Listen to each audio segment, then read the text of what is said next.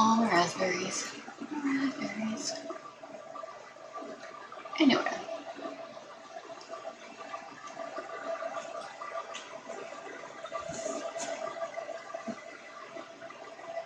More on the Forgotten City.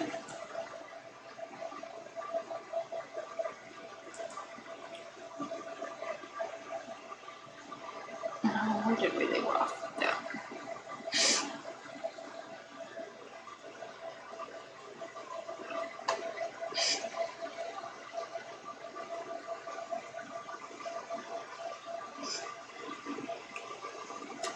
Okay.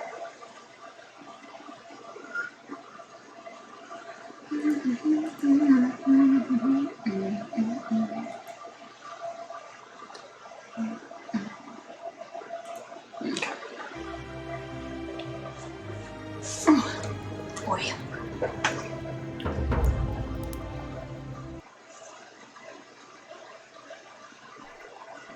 Ah, a visitor. Oh, that's right. We were getting the Egyptian plaque. Or thing for the obelisk.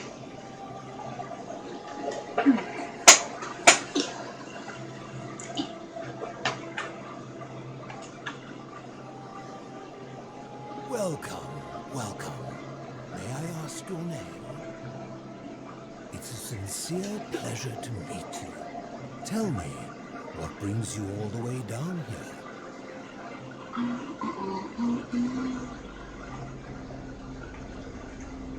Ah, yes, that cursed thing. I know exactly where it is.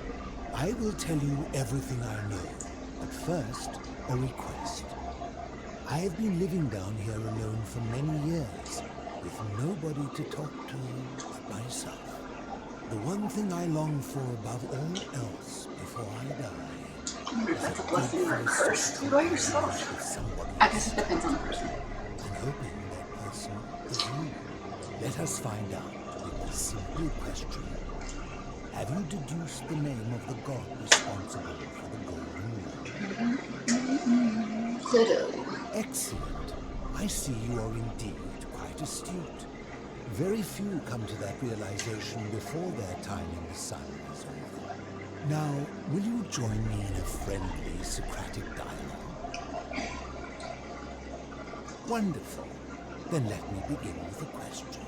Would you say you know the difference between right and wrong?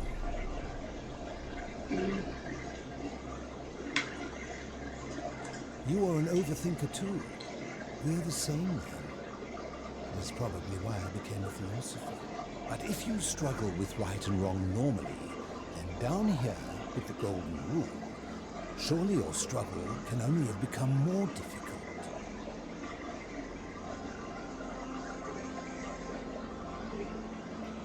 Well, that's reassuring. And the truth is, you're not alone. Okay, You see, out there in the world, being uncertain about right and wrong was acceptable, because our mistakes rarely had consequences. So we would tell lies and bend rules and turn a blind eye and rationalize, and yet still find a way to think of ourselves as good people.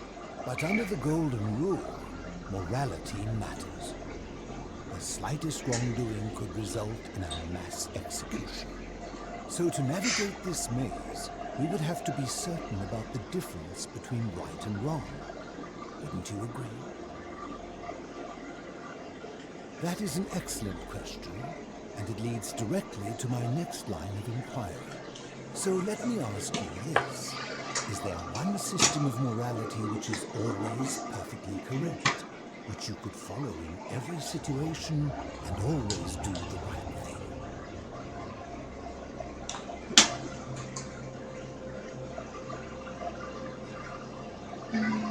How can that be? Since they all have differences, it follows that in some cases they would offer different conclusions about what is right and wrong. If there is a correct moral code, then wouldn't it follow that only one can be the correct one? Yes, it depends on the laws and customs in whichever society you're in. Ah, You know, I think you'd find an ally in Herodotus, a scribe from among my people who lived some 400 years ago. He told the story of a man named Darius, whose curiosity was piqued when he learned that a certain tribe had the practice of eating their dead. He asked some Greeks who burnt their dead, "What would it take for you to eat your dead?" Aghast, they replied, "Nothing." Then he asked the tribe who ate their dead, "What would it take for you to burn your dead?" "Nothing," they replied, equally aghast. From this, Herodotus concluded that custom is king, that right and wrong are merely local ideas which do not survive the journey from one tribe to another. I take it you're in agreement? Then let me ask you this. If you visited a tribe where they ate each other, copulated with the dead and drank wine from cups made out of human skulls, would you still maintain that within such a tribe there is nothing wrong with such conduct? And that's a credit to you. It is the mark of a civilized person to change their position when presented with a superior argument. My point is this. I don't think anyone alive truly knows any hard and fast rules about right and wrong.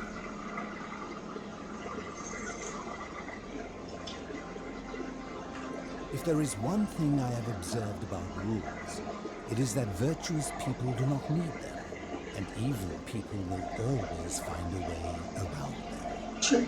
And so we must accept our limitations, and the sad truth that no human society will ever achieve the utopia for which it strives. In mathematics, we would call it an asymptote, a line that can be approached but never reached. Because the only way to create a utopia is with the ever-present threat of force, such as the Golden Rule. This and no other is the root from which a tyrant springs when he first appears as a protector. And life under tyranny is no utopia at all.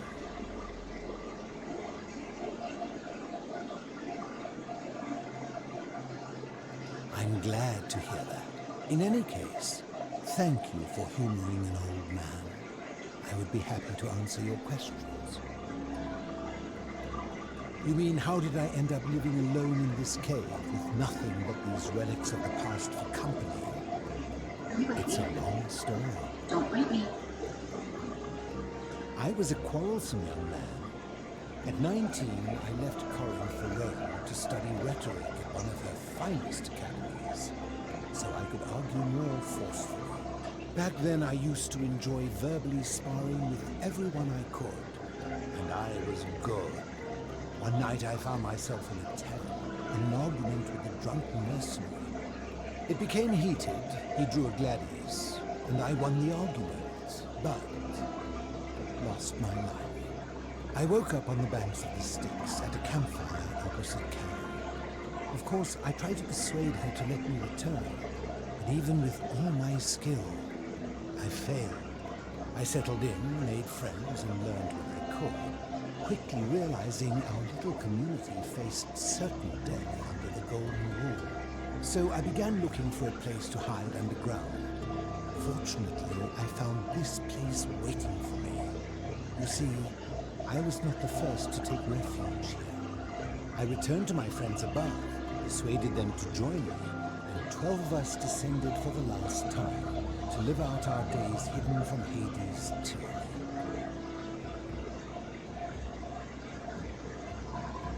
They are one and the same. The Romans call him Pluto. Long before that, my people called him Hades. My generation was wiped out, turned to gold, many years ago. My friends and I were able to avoid the same fate by hiding down here. I think it's safest to assume that if I was to return, Hades would realize that his furies hadn't finished the job, and he'd send them after me again.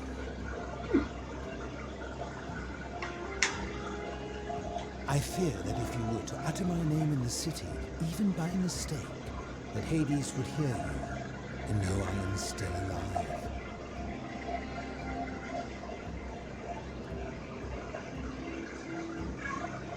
Kitty, shut up.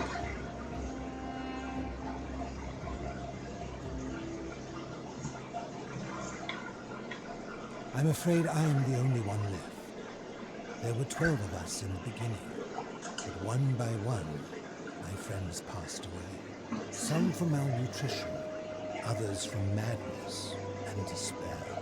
It has been lonely. Before my unexpected visit from Kabash some weeks ago, I had not seen another person in many, many years. Living in darkness is not without its challenges. The first challenge is dying. Fortunately, I found Yay, it nutrients I need. And sometimes, when there are you grief, haven't really missed much, so. I surface at night in the savage mountains they left in the temple of Demeter. The greater challenge is the isolation. So I like to imagine arguments where I argue both sides. But like so many things in life, arguments are better with a partner. As you wish. You seek the plaque bearing the Egyptian inscription. It is a cursed object, and I would be happy to give it to you if Kabash had not already taken it. Where did he take it? I will tell you, but you may find him hostile. To prepare for your encounter, there are certain things you must know.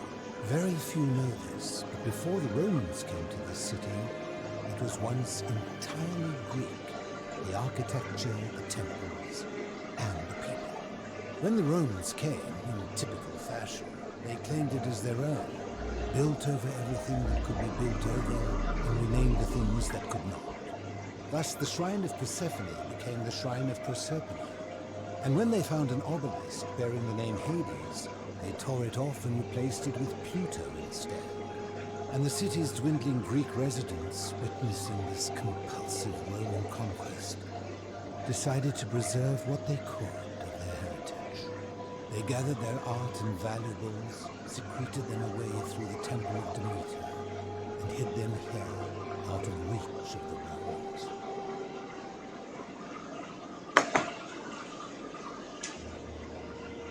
However, there was one thing that always seemed out of place to me, and it is the very thing you seek. An even older plaque bearing an Egyptian inscription. We had no idea until years later, when the first of my friends began to die. As a result of their deaths, we began to dig catacombs branching off from this cavern to lay them to rest.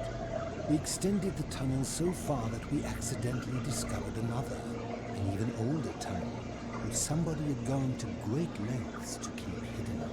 Suddenly it made sense why there was an out-of-place Egyptian plaque among our people's possessions. You see, we proud Greeks had thought the Romans beasts for stealing and corrupting our heritage. But it turns out this game has been going on much longer than any of us imagined. I think it is best you head through the catacombs and follow Kabash's trail. There are certain things you must see for yourself. Take this key. You need it to open the gate. It's not lagging, is it, Talia?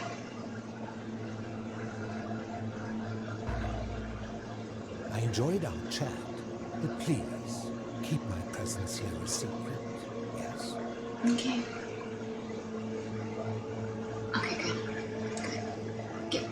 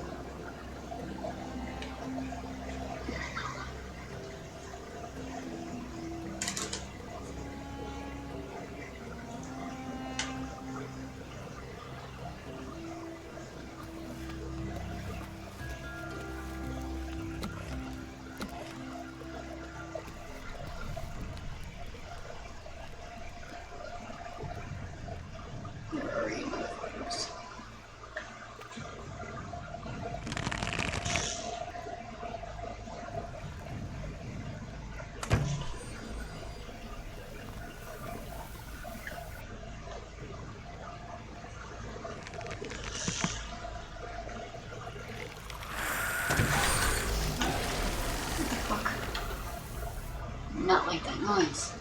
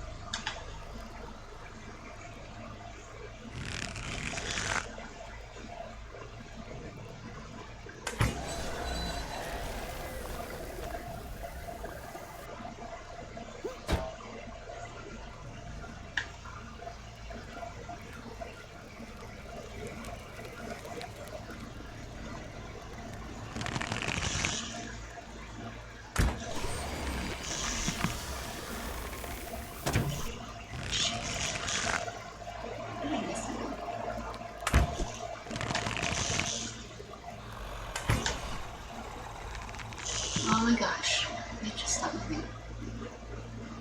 Okay.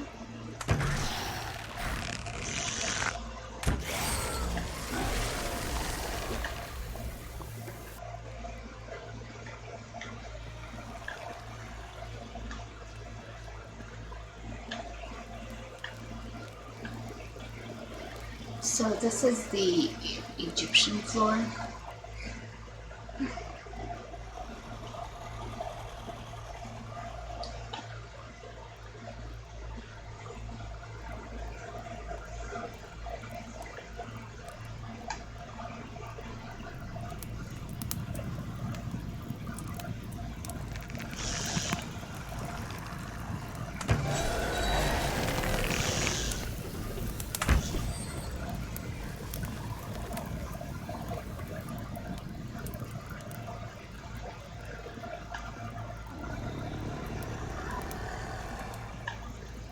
Where is it coming from? Kitty, oh my goodness.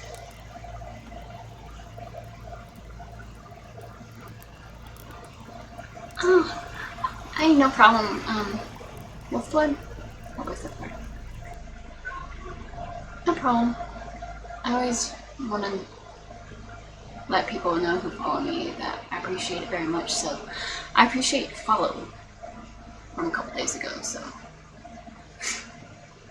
I appreciate it very much. This is called the Forgotten City. The time loop game. It was once a Skyrim mod actually, and then they turned it into a game, which is what you see right here right now. It is actually, if you have Game Pass for Xbox, it's free there. So if this game looks interesting, you can always pick it up and play it. So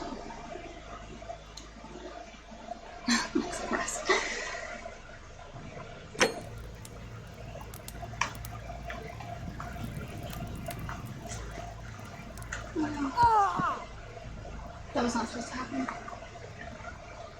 That was an accident.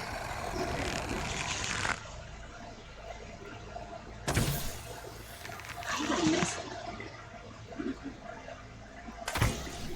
Oh my goodness, really?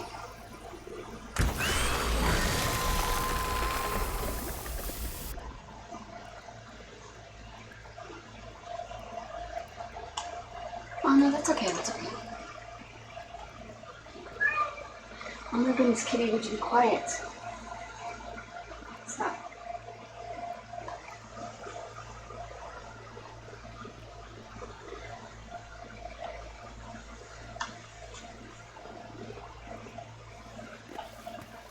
Welcome, welcome.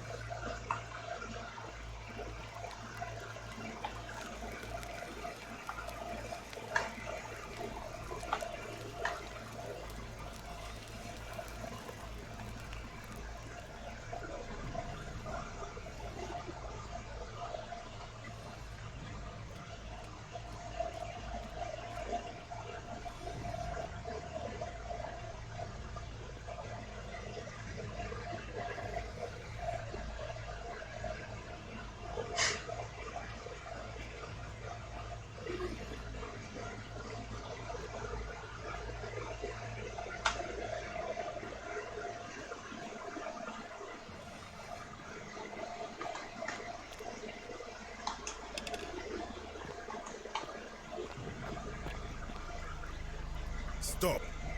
Do not come any closer. Who are you?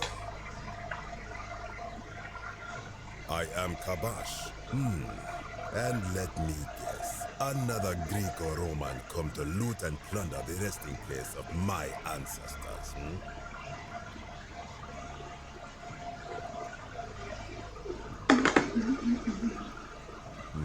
To what end? That is welcome news. You really are not Greek or Roman, are you? I was planning to return it myself, but for now, I must remain. Here, take it, and restore the honor of Osiris.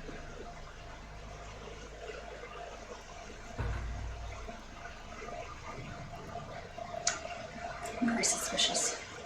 Now, as for the other... Oh, yeah, he has the other one. Indeed, I have it right here. I stumbled across a collection of dusty curiosities while searching for a place to hide from the hungry children of Sounds like Ammit. fun. And there it was. I cannot play any musical instruments whatsoever. You may not. In fact, I am about to destroy it. Because it speaks a treacherous, blasphemous lie. I will tell you, but first, do you know what this place is? The underworld? Indeed, and I see you know our history. This is the Duat. See what has become of it. I have been down here for weeks, piecing together its story. And here is what I have learned. As Egypt declined and the Greeks had their turn to flourish, their souls came here in great numbers. But instead of adopting our ways, they copied and corrupted them. When they found the obelisk bearing the name Osiris, the true god of the underworld, they desecrated it, removing his name and replacing it with Hades. Even the ferryman of the dead, known to my people long before as Kerti, they renamed to Keron.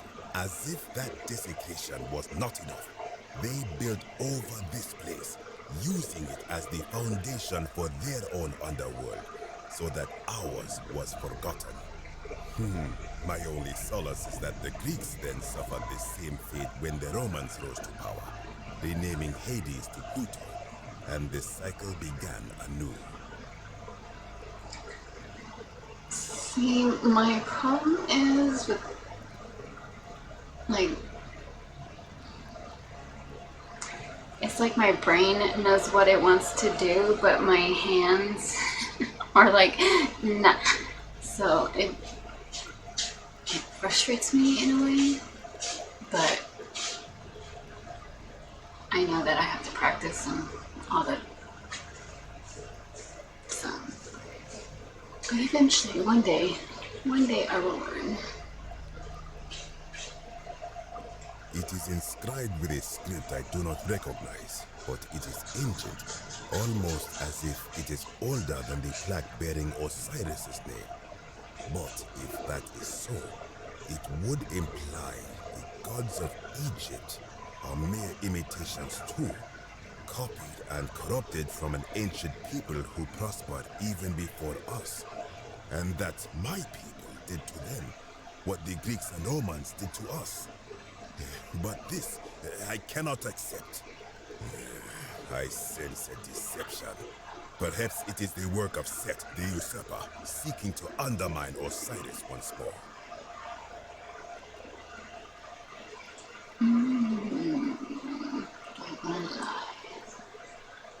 You will never know. Oh my goodness. This work of sacrilege must be destroyed, thrown into the black abyss below in Osiris's name.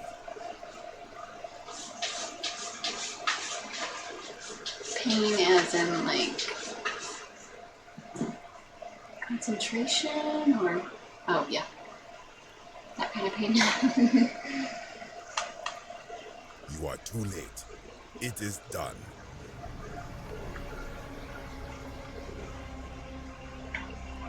You would plunge into the depths of the Duat with no way back up. Madness.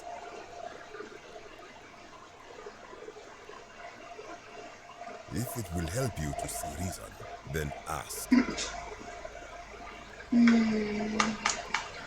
Let's see. I am from Rakotis, which you may know I'll be right as back, my cat. Alexandria, the name of the city the Greeks built over it. I was a fisherman, like my father before me. Since the Romans had taken over from the Greeks, I took the opportunity to learn Latin and eventually traveled to Rome. When the fires broke out last year, I tried to help. I gathered terrified locals into my boat and led many of them to safety farther along the Tiber. On my 7th trip, the passenger demanded I wait for his brother. But we were full to almost sinking, and smoke was all around us. I told him his brother would have to save himself, and he tried to bribe me by placing a coin into my hand. When I refused, he drew a dagger and thrust it between my ribs. I awoke on the banks of the river to a stranger wearing a ram headdress. He said his name was Kirti, and at the time, I simply thought him odd. It did not dawn on me until much later that I he wanted was to learn drums too, but the ram-headed ferryman described in the Book of the Dead. things were more of when eating was like a little bit more important than that, but Wait, you are planning to go down there. I see it in your eyes. yep. You would plunge into the depths of the Duat with no way back. We shall see. That's victory. Why didn't you just give it to me?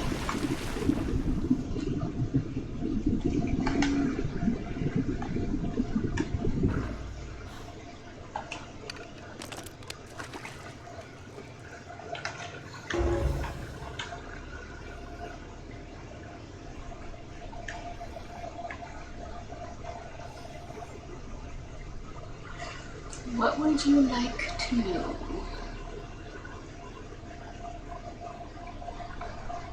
Oh, what games do I play? I like to think I play a variety of games. So, but I would suppose the main, like, my choice of games that I like to play the most would be Assassin's Creed series.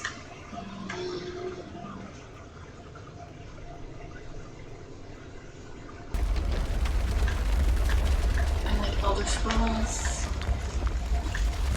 Legend of Zelda.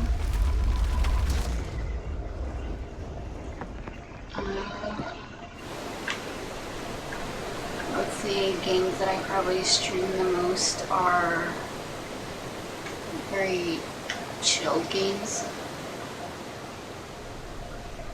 when I did first start streaming, I was playing the... Oh my god. So, Unity's controls, I don't know how often I raged so hard playing that game, but I like to complete the game, so it took me a while to complete it, but yeah, the controls in Unity just pissed me off so much.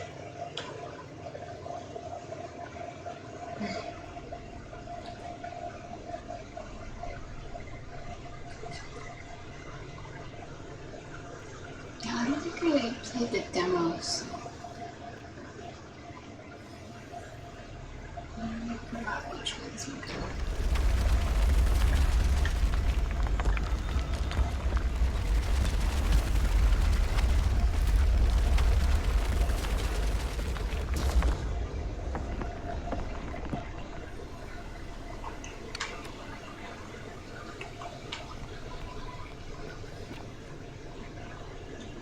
When I told you that you would not find a way back up, that was not a prediction. That was a promise. You will die here. Please don't kill me. I disagree.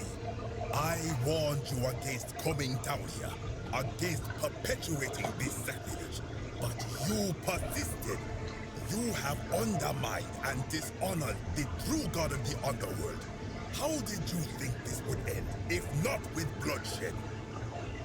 The game that, like the Assassin's Creed game that I hate the most is 3, actually. But actually, I don't hate the story. I hate Connor, because he was just awful. That game took me longer than I would like to admit to finish playing, because I could not stand him. So like half the game I muted just so I could get through it. It was so awful. Because like the story itself was really good. I enjoyed the story, but just he made it so unbearable to play the game. Very well, I will listen.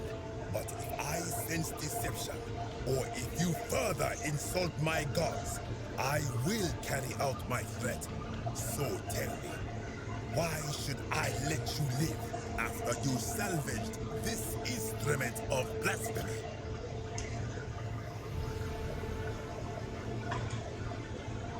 That may be true of many things, but this is different. If our gods were copied and corrupted from an older civilization, does that not mean they are false? Does that not mean our prayers to our gods all fell on deaf ears because we were not even addressing them by their true names?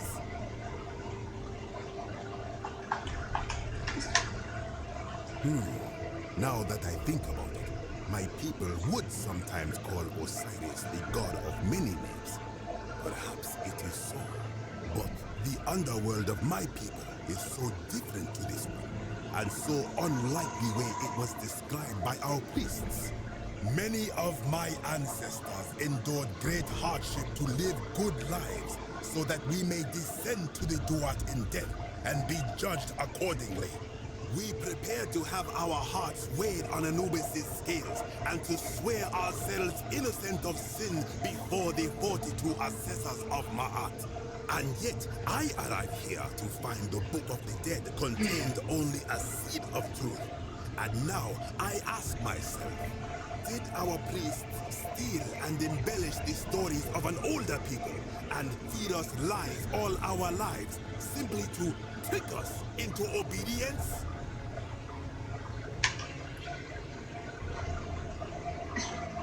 3, like I said, the story for 3 wasn't bad. It was really good. It was just like the character that they had for it kind of ruined it for me in a sense. Because like the whole game, he's just like, where's Lee? Where's Lee? Where's Lee? And I can understand him being angry and everything. Like, I get it. I understand his anger and all that, but it was just like, it just seemed to overwhelm him so much.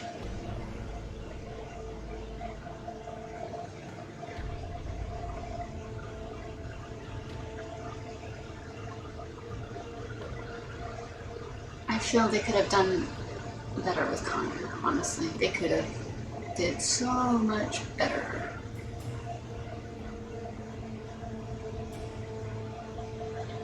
I am not sure I follow. Speak plainly.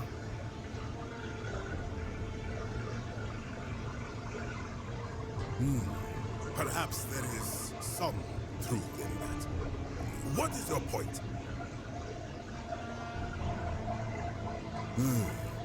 You are persuasive.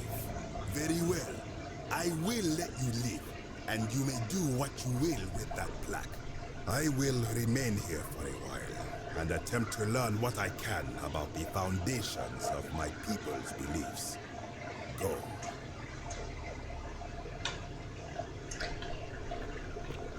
Oh, man, I kind of wish that they would have put Black Flag out before 3, but I understand why they didn't in a way, right? Because it wouldn't have followed the story very well.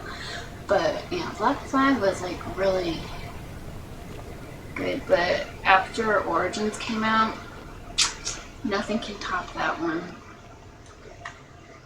I mean, myself, I'm an Ezio lover, so Ezio is my favorite, but Origins was done very well, and I enjoyed that game very much. That part of the series.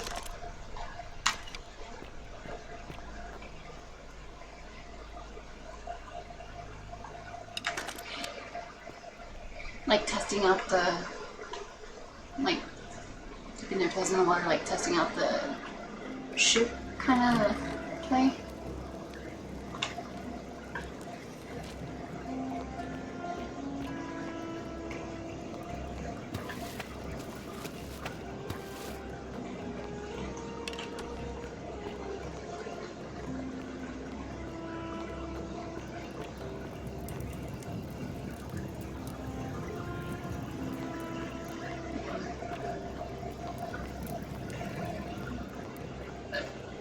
A lot of people didn't like Syndicate, and I actually kind of liked it.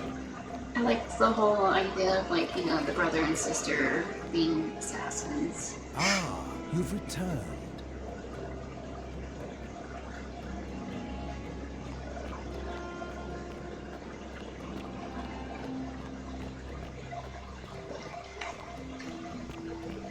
Unity's controls pissed me off. Syndicate kind of irritated me with their controls. It got better.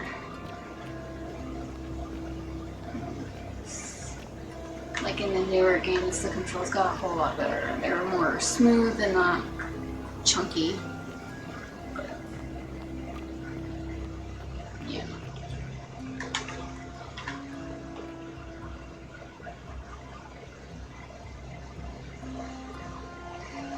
They were, and they kind of felt. Let me see this real quick so it doesn't.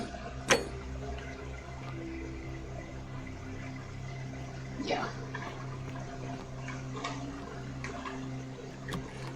Honestly, I kind of feel like 3 was like a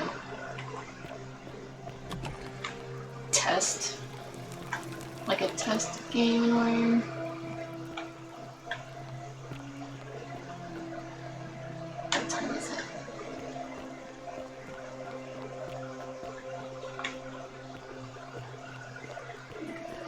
Where's this guy's chest? Why is everything this locked?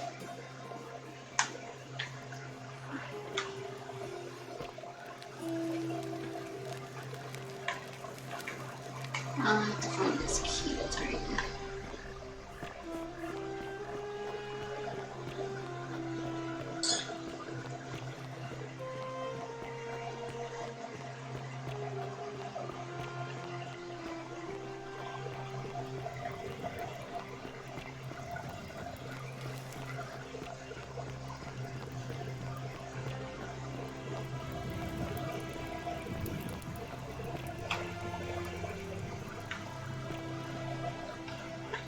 This must be Horatius? Looking a bit troubled there. Don't be too hard on yourself. From what I hear, nobody saw it coming. Anyway, I thought you stoics weren't supposed to worry about things you can't control. okay. I wasn't stealing that one.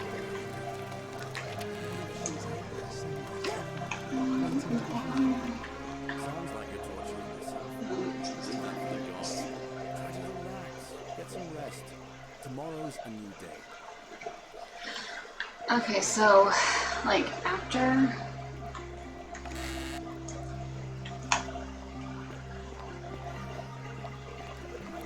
after Ezio's trilogy, I honestly felt like there was not going to be another assassin that I would like as much. But I was really surprised with, I actually like Arno. I mean, I know a lot of people didn't really like him and stuff, but I thought he was a rather decent one. But yeah, with Ezio, they made it like almost really hard to like Tomorrow's a new day.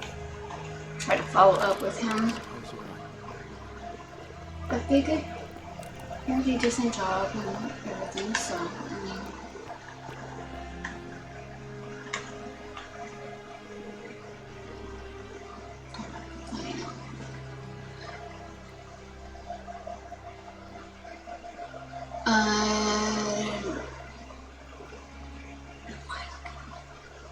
like the most recent one that came out, or or like Revelations. Horatius? Looking a bit troubled there. And I haven't slept right in 3 weeks. Don't be Unless too you hard want on me to yourself. slip some hemlock From into what your I hear, drink. nobody saw it coming. Get out. Anyway, I thought you stoics weren't supposed to worry about things you can't control. Yeah, but I keep thinking, what if there is something I can do? What if she's out there somewhere suffering, waiting to be found? Sounds like you're torturing yourself. Leave that for the gods. Try to relax. Get some rest. Okay, yeah.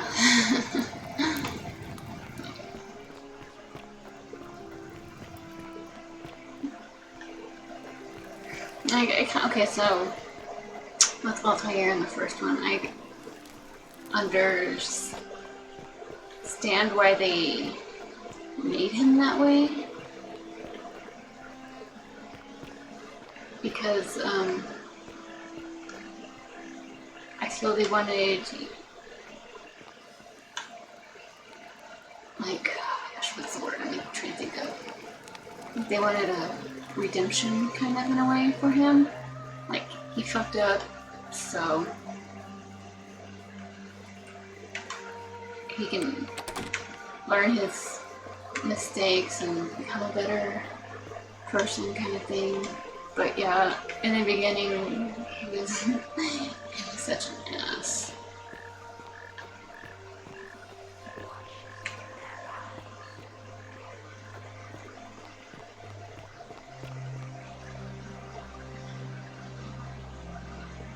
Ave again. Did you find what you need? See you again soon, I hope.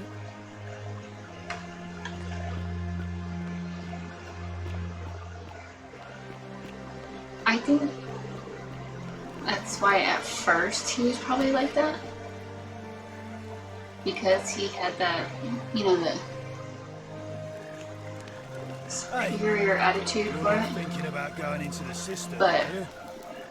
after, like, kind of being, Nobody's told you about I Hannibal. want to say humbled in a way. Why do I have to do everything round here? So, there was became this guy better. called Hannibal, right? Funny accent. I kind of wish Used to that go they had down into the more sisters looking for junk for to him. clean up and Like, sell. I wish they had, like, One another day, story like a they few did weeks with back, Ezio he comes with out and tells me Altair, but they the didn't, so I was kind of sad sisters about that. said he could hear spirits wailing. Of course, nobody believed him, because who trusts the Yeah. prophet to them, right? Anyway, Yeah. a few days later, he goes back in. And hours go by, and he hasn't come back out, yeah? So I go down after him, and it's dark. But in the distance, I can just make out his body, sprawled out on the ground. And hunched over him was something that made my blood run cold. No word of a lie. I saw a creature. Like the corpse of a man who'd been flayed. And it was eating Hannibal. If it was a man, maybe. But I swear on my life this was no man. More like a Strix. Or some Versipalus that feeds on human flesh. I didn't stick around to see which.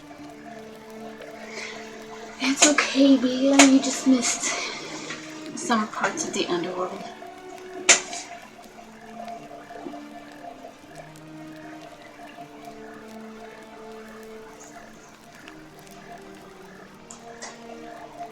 Alright, thank you so much for dropping by and also for your follow from earlier. And you go spend time with wifey. Spend time with her. And thank you very much. Thank you very much.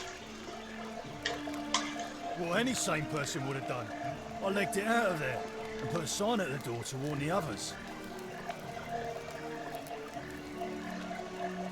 Good idea. I'm still gonna go down there.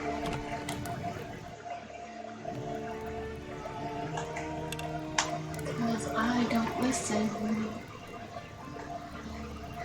It wasn't much, Bea. I mean, the building, the structure was probably like the only thing.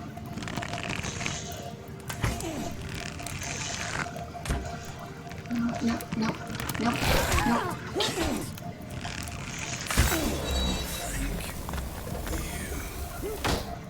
You're welcome. Why'd you give me a ring?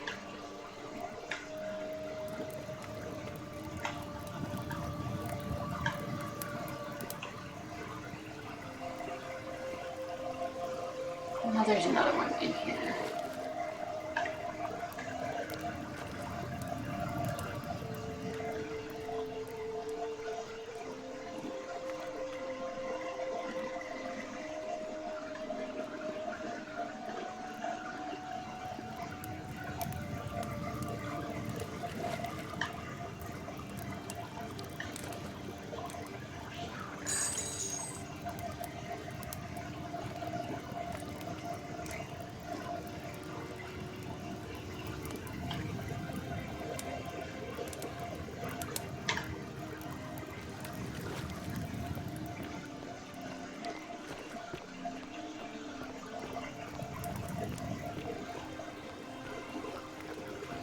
We will be coming back down here. Alright, this real quick.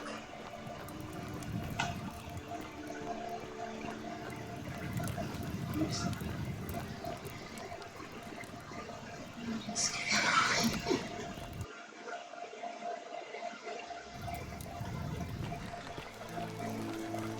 I know. So you survived the system. I hope you have a good reason for flouting my weapons ban. That bitch. Because I'm gonna use it on you in a minute.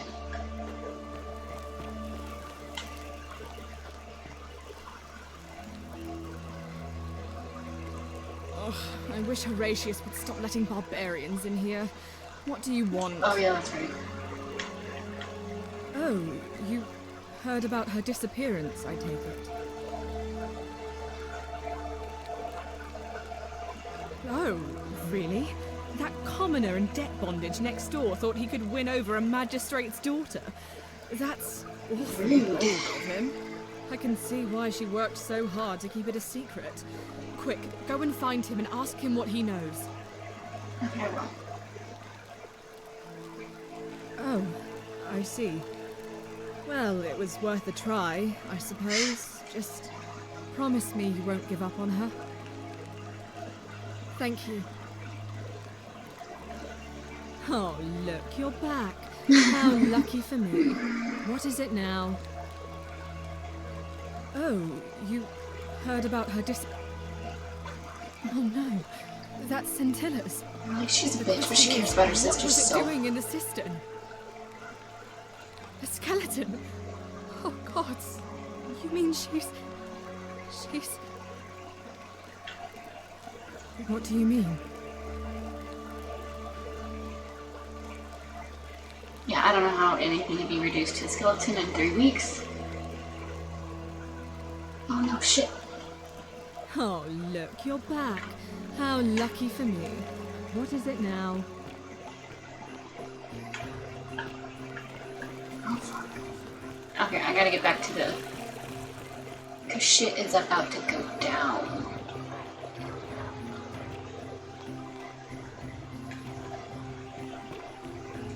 I don't think I have enough time to do that. No, I don't. Okay. I need to go. Where am I going? Okay, so... Even if it was something, even if I feel if something was down there that could eat her, right? Which there is not, by the way. I don't think they could, like, do it in 3 weeks. You know what I mean? Let's go. Let's go. Okay, so...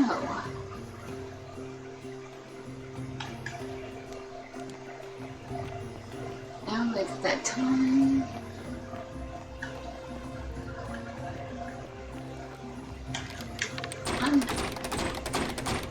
What is this bitch's key?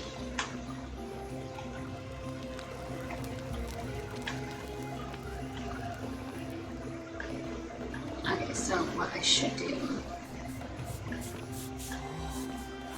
Shiny.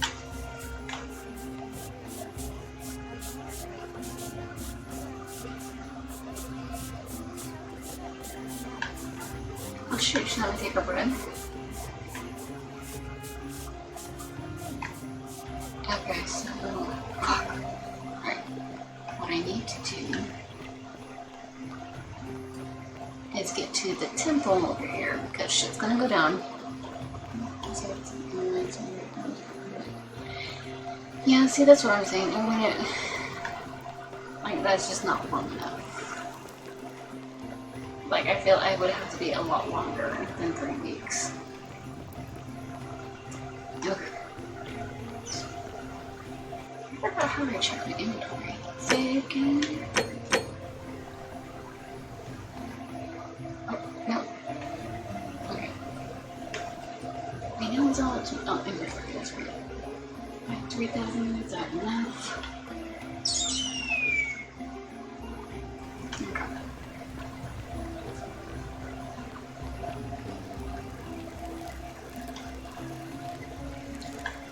So on my first stream, I call these apples, they're pomegranates. My bad. So I'm gonna hide here.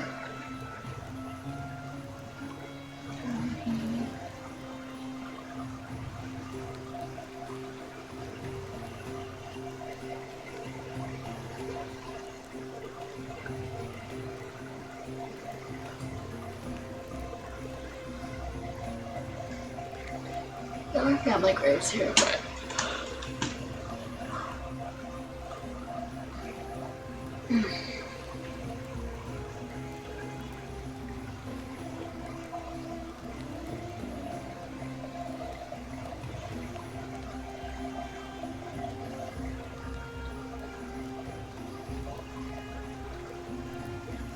So Bia, how are you doing, Bia?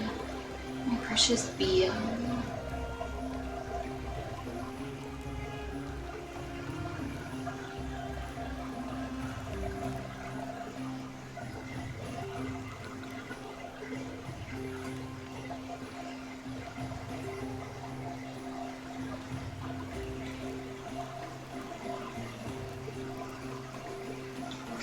I'd ask how you know all this knowledge, but I probably already have a wild guess.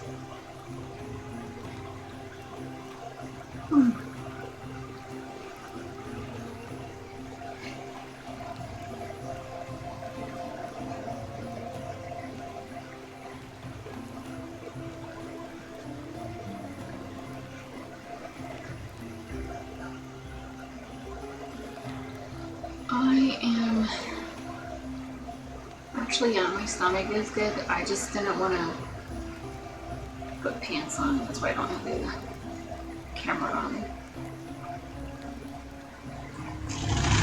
The many shall suffer for the sins of the one.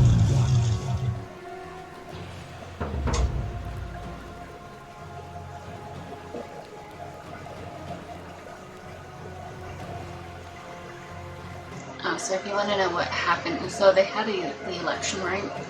And the guy that is running up here actually is the one that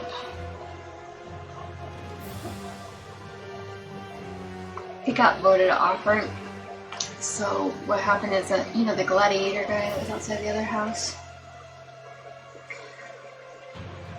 what happened is that he went and attacked his bodyguard, which was the Roman Legion dude. So that's how this one happened. It wasn't even my fault this time, but yeah, that is what happened. And now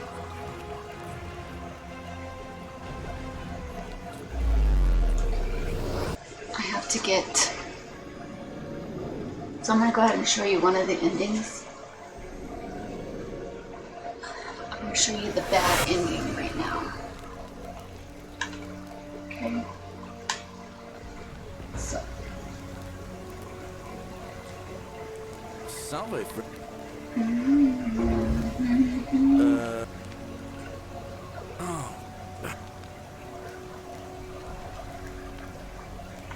Okay.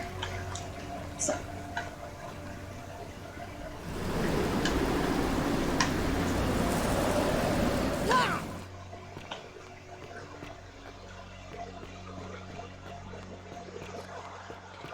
I know, it's all me.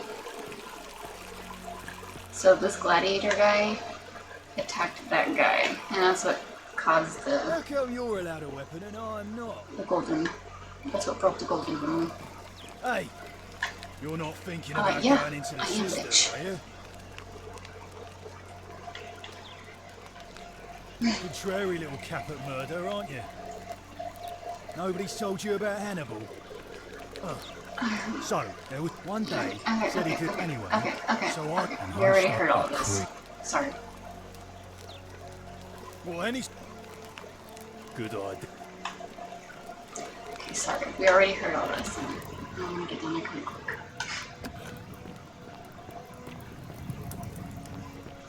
I should have a seat right here. Because I don't remember if I can.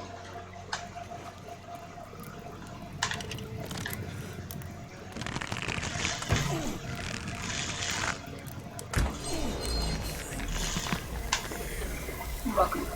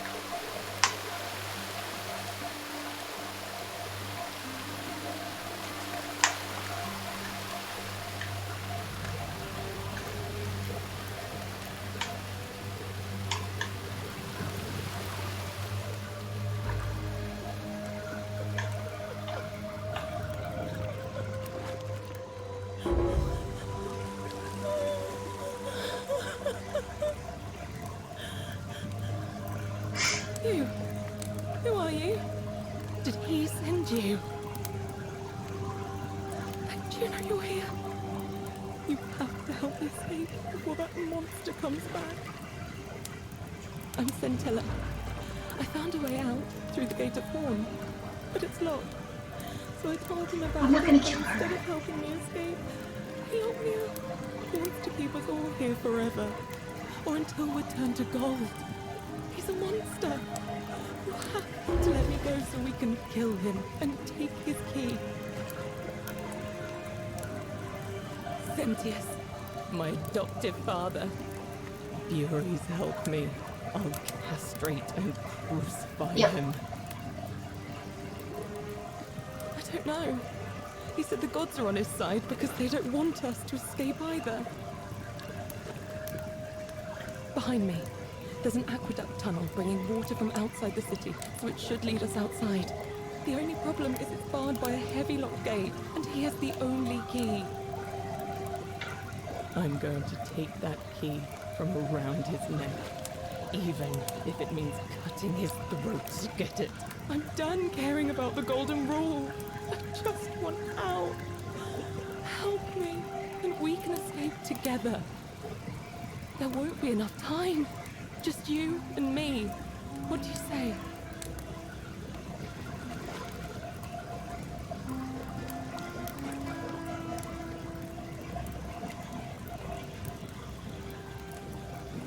There's no time. Wait, did you hear that? He's here. Quick, you have to let me go. It's now or never. Oh, thank you. Now follow. Wait, did you hear that? He's here. He must be coming in through the door behind me. You distract him. Stay right here and keep him talking while I look for something I can use. Don't worry, don't worry.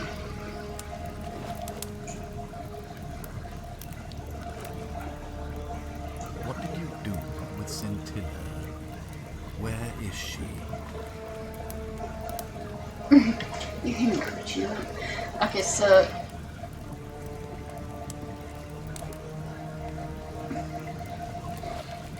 he wants to keep everybody down there to control, basically. So that is how it's going to be. Oh well, this doesn't change anything for me. It's a shame, really. If you'd just done what you were supposed to, you'd have been looping through time forever until you gave up and killed yourself. Just like that soft-hearted lamb. Come now. Surely you didn't think you were the only one here who remembered everything. You see, my connection to the portal somehow preserves my memories from one day to the next. Whether that was Proserpina's intention or a happy accident, I'll never know. But I'm surprised you hadn't noticed. Here I was thinking you were a little bit sharper than Al was. Or perhaps you're just more willing to break the rules. He was a moralistic fellow, never once compromised on his principles. And because of that fatal Oh, he is. Don't worry. He's gonna die. we lived this day many thousands of times before we finally had this conversation. I watched him come through the portal each time, always a little older, a little more disheveled, a little more brutal. And when he finally saw the futility of it all, as you're about to, it broke him. He drank a jug of wine, tied a noose around his neck, and took his own life, just before he was shot with a golden arrow. The next time I awoke, you showed up, but you've caught up to where he was so quickly. I'd have preferred if you'd given me more time to enjoy the trappings of my success. How many extra days did you give me? Just the 2? Not many.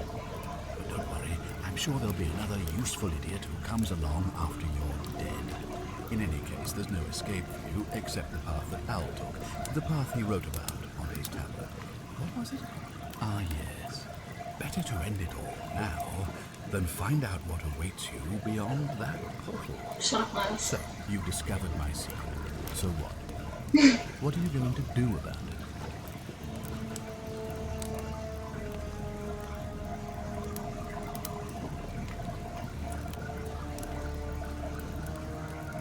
Why? Isn't it obvious? Because I have grown attached to all this. My title, my beautiful villa, the sun on my face, the music of birds chirping. And as long as this day keeps repeating itself, I get to enjoy it all, over and over again, for eternity. Don't you see? I have found a way to prolong my life indefinitely, to cheat death.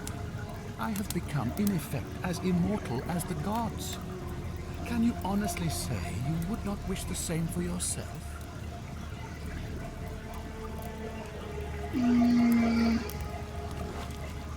Of course.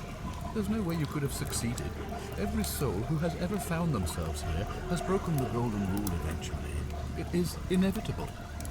Man will always sin sooner or later. Any idiot could tell you this, but where others might see tragedy, I saw opportunity. As I told you the first time we met, I found a way to cheat death by reliving the same day over and over again forever. And I will continue living long after your dust. Message me via. Do you really think you can take on a Decurion with that flimsy little bird? I probably could, but I'm gonna let her have this one. Scintilla? Where is she? I'm right here, Father. Yeah! She set his ass on fire!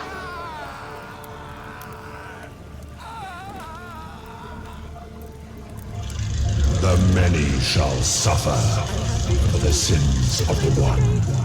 Come on, we have to go. Hey, what's happening to you?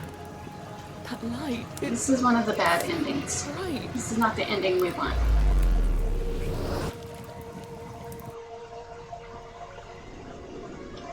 I will do the ending that video wants, which is the one where we get to see Pluto.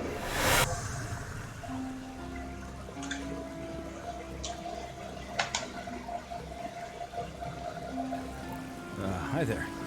Gave me a bit of a fright. Thought I was in here alone. I'm Al. Well, here I am. I'm sorry, I didn't catch your name. Really? That's strange. I'm no one. I was just reading an old tablet I found here. Well, trying. My Latin is kind of rusty, but the last entry mentioned someone with the same name. It described an event about 2,000 years ago. Someone with your name appeared in the city out of the shrine of Proserpina. Freed an imprisoned woman named Scintilla, who then murdered her captor, breaking some kind of ancient law. It said the attack caused golden statues to come alive, hunting down everyone in the city and turning them into gold. Apparently, the only person to survive was Scintilla, while the stranger disappeared in a flash of light.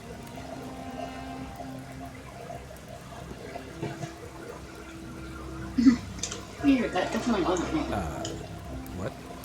You're saying you were here 2,000 years ago? I'm not sure I understand. I'm sorry, come again? Let me see that. God, why does this writing look so familiar? I've spent a lifetime in this place going around and around in circles. This is disturbing. But I don't understand how I could have written it. I'm not following.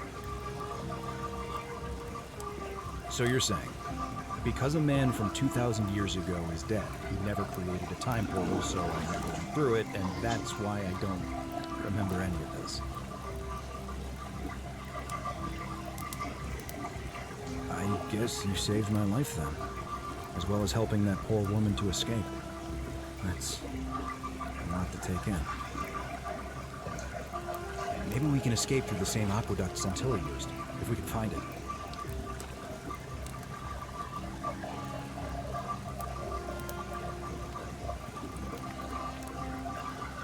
God, shut up.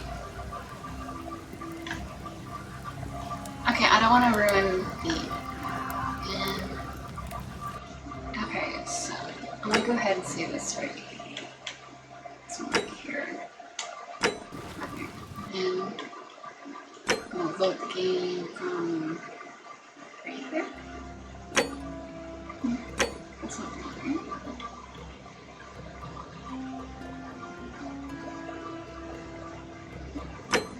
This one.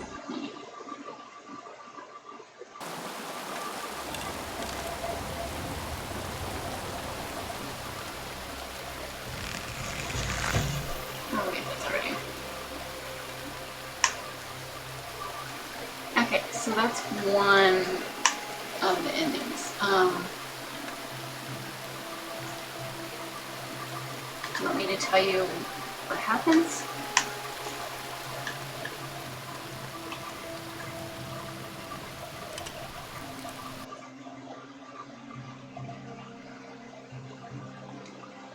I can do it right now. Laz, shut up. Laz, shut up. Laz, shut up. Laz, shut up. Laz, shut up. Okay, that's 5 right there.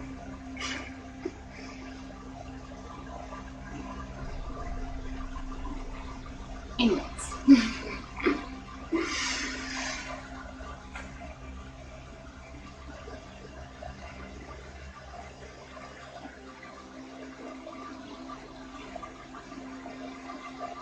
Do you want me to tell you what happens after that ending, or I think they're all... No, wait, no. The ending that we're going to do for when we meet Pluto is completely different. But anyways, so like after this ending and any other ending that doesn't involve Pluto, one of them is that if you just go in there and you kill the guy, you and Al are trapped in there forever. So, and Al gets pissed off at you for it, which is understandable. And the other one is where if you don't go and tell her, if you and her are the only ones that escape, then it goes back to where we were just now, with Al coming down the stairs, and we leave, and then we go back to the banks of the river and we talk to Karen, and she says that there's like a tablet inscribed for us. So, and she gives it to us, and it's from Cyntilia, right? And so, and it says, basically tells her, you know, tells the character, like, thank you for helping me escape and stuff. Nobody else got out. It was just her and you, basically. The other one is where if you tell her, hold on, wait, let me get more people, then it's the same kind of ending, except for on the tablet it says like her and a few other people got out. Not everybody got out. So, but anyway. So the one that we're gonna do is with Pluto, and that's the one where everybody gets out. So that's what we're gonna do, my peeps. Okay. So I have to write down. Oops. You. So we're gonna skip through this and everybody listen to this. Then I don't know. He said the gods are on his side because they don't want us to escape either. I'm going to take that key from around his neck, even if it means cutting his throat to get it. I'm done caring about the golden rule. There won't... There's no time. What?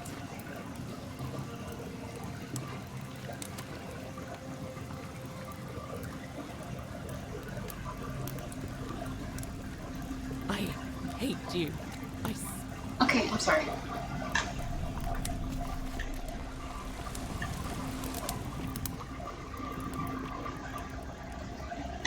Oh, that's right. I think I have to kill him for it. Can't just get that way. Yeah, I feel very bad for this, but I just fucking died. I missed the water and I died. Laz, oh my fucking god, shut up.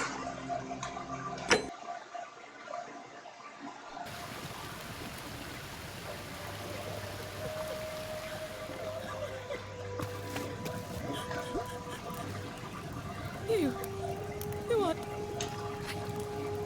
Sorry. Who wants to... Then... I'm done. There won't... What? It's no... You're making him Okay. Let's try this again.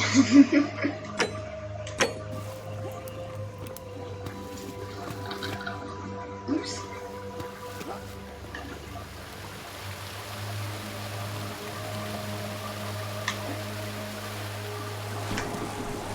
Oh, look, there are bodies down here.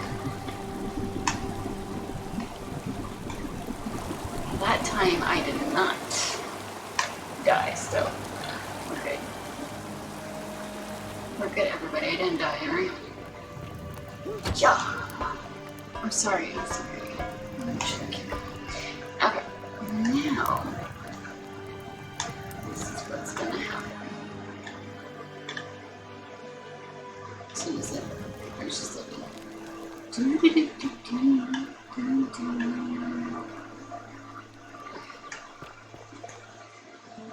Come on.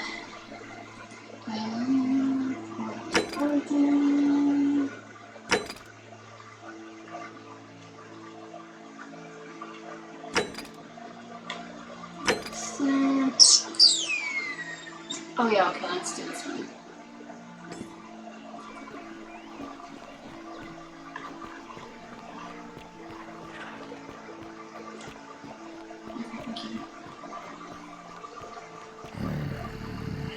Name's Rufus. Better watch your step. Can't talk long, but the state families from... Okay. Bye. If we have... Whatever.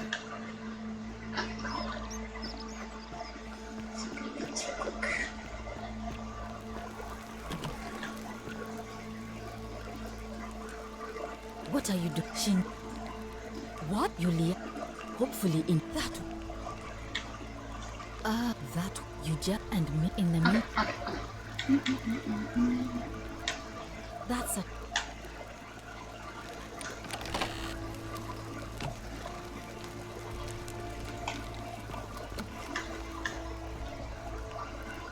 Feeling alright. That's. I gotta run up here.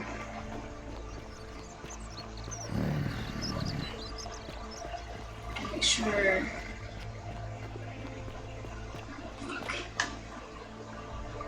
I thought he already jumped. I'm gonna make it up here. Run! Faster! Oh my god, Laz, shut up.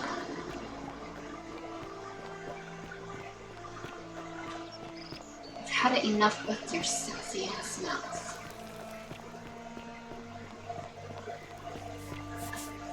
Yeah, okay, okay. Welcome. All right. I can't believe this is how it ends. Oh no. No.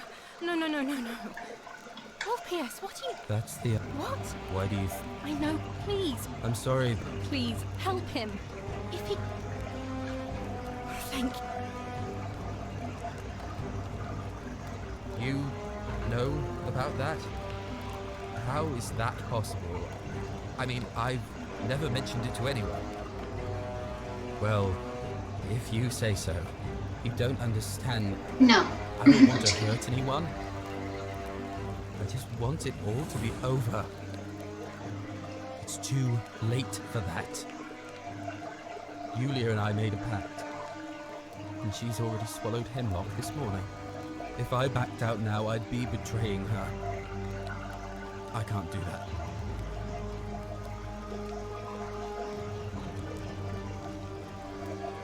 Oh, really? That changes things a little. But we're still in debt bondage to that monster.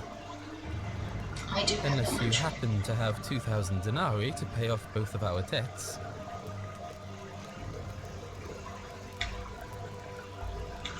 Really? Wait. So, I guess you'd want me to work for you then? You'd do that for us? A couple of complete strangers. It seems today we're both blessed. This did not turn out how I thought. Thank you, friend. I never thought people like you existed. Thank you. I'll go and pay off our debts immediately. I just wish there was some way I could repay you. But I have nothing but the tunic on my back. I'll go and take care of things with Malleolus and tell Yulia the good news. Thanks again, friend. I'll never forget what you did for us.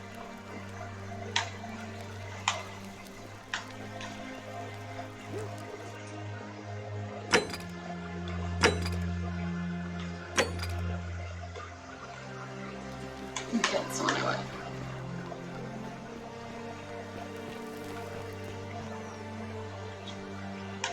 Oh my god, I thought I fell.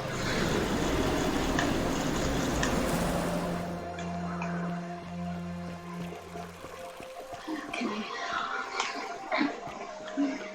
Oh, Bia. My precious Bia. I gotta ask him.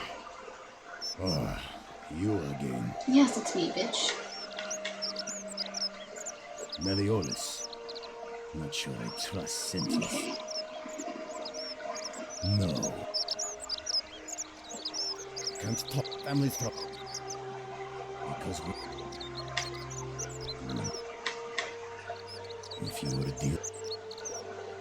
None of your business. If we have to... Whatever. Okay. I'm gonna go talk to her.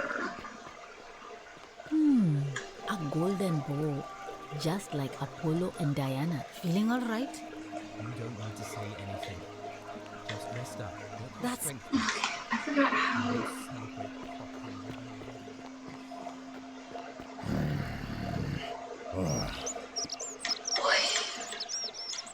No idea what you're talking about?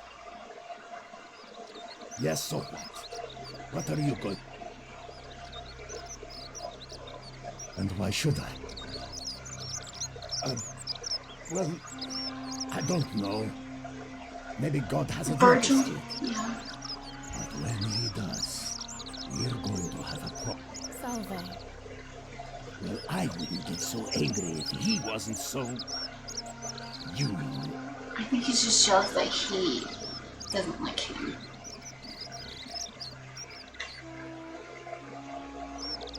None of your business, Caput Murder. Fuck, did I say? Okay. I don't like where you're going with this.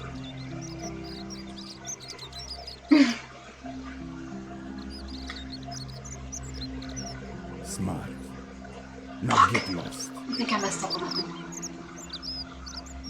I have nothing to say. Fuck. Okay, hold on.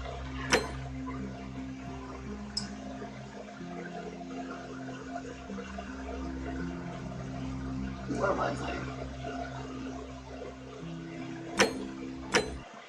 think I fucked that conversation up. I did. So I was supposed to get him to tell me what's wrong with him. And then I... But I already... Okay.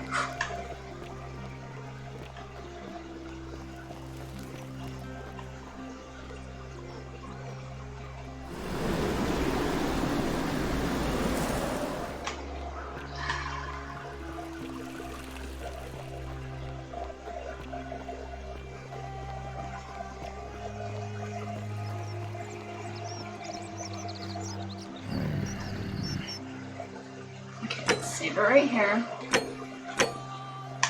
Let's not fuck up this conversation. You again. No idea what you're talking about? Yes, so what? What are you going to do about it?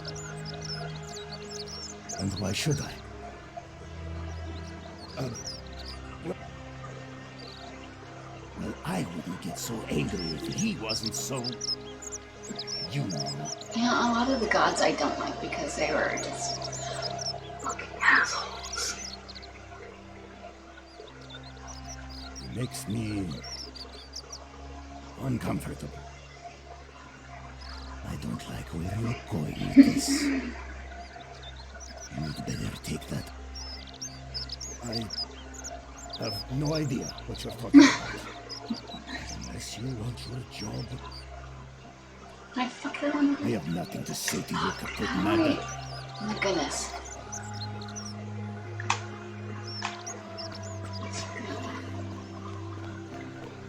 May Apollo keep you safe. Feeling all right? Okay, hold on. That's a shame. Sorry. I just saved. You know what, Laz? Shut the fuck up.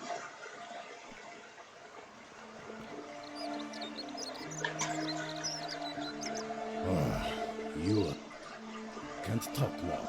Got to stay sharp, but... Game freeze. Oh my goodness, I think my game froze. My game froze.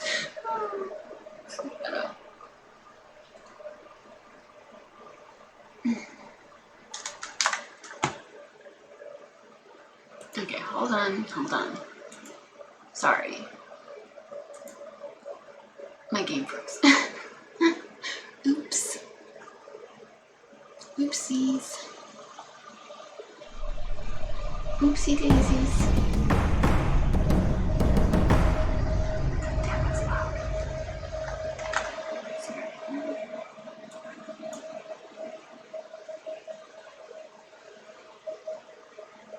Oopsie daisies.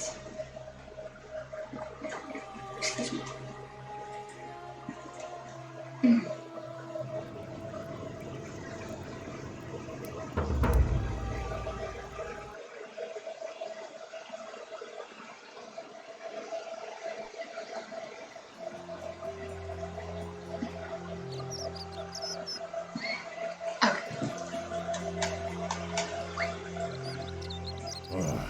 You again. Oh my gosh, shut up. Can't talk long. Got to stay sharp. I have my mic all the way up, but I can't talk very loud because I have people sleeping, so... Because we're...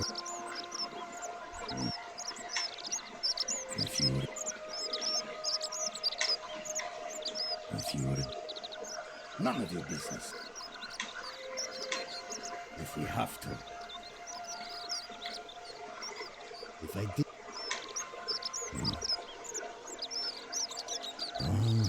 Then you know what I'm talking about. I mean, all these people just bumble along like nothing's wrong.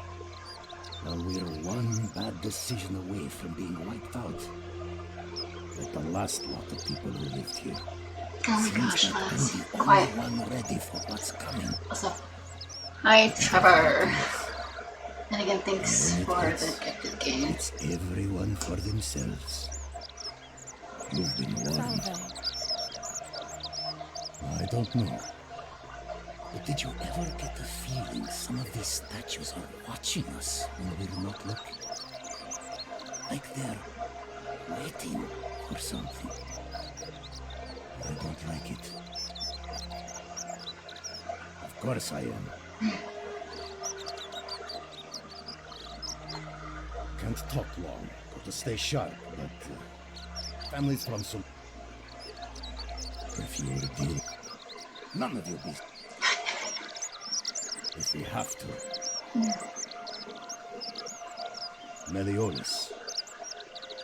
No. No idea what you're talking about? Yes, so what? What are you going... Yeah, that's what I... Shit, did I fuck up again? Oh, you again. Okay, again. No idea what you're talking about. Yes, so what? What are you going to do about it?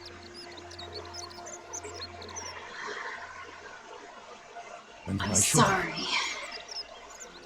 The one true God said, well, I wouldn't get none of your beat. Smart. Fuck. Did I mess up again? I have nothing to say. Damn it! Alright, hold on. Can't talk at the stage.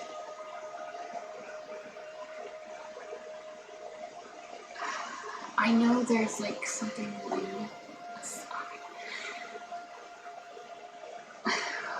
What this bitch's name is.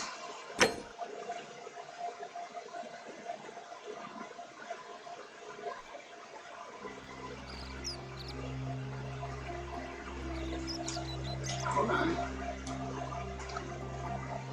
Okay.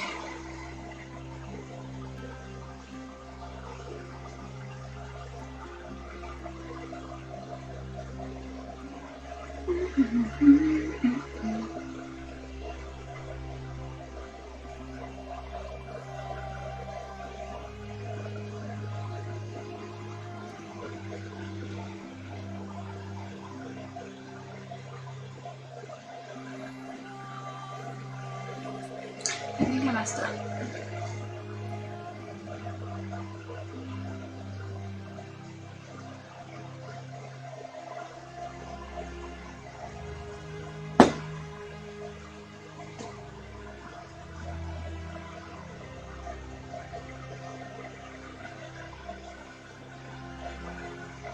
Did I even do that one? What the frick? Hold on.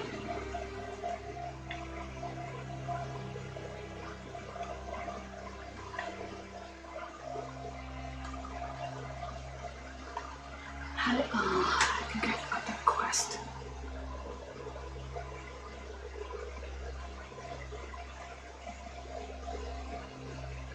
Hold on, I'm sorry. I think I totally fucked the quest.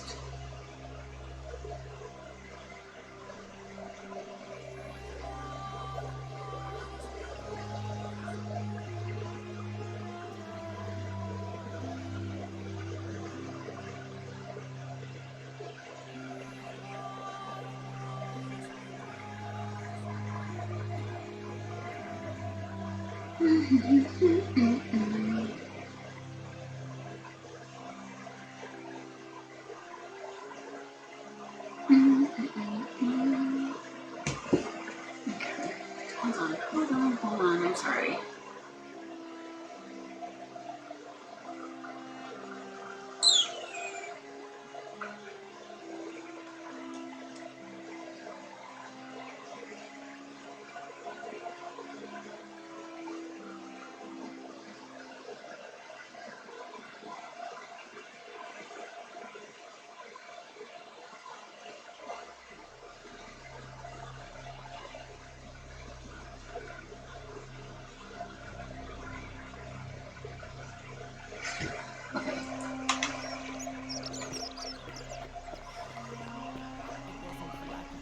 May Apollo keep you safe.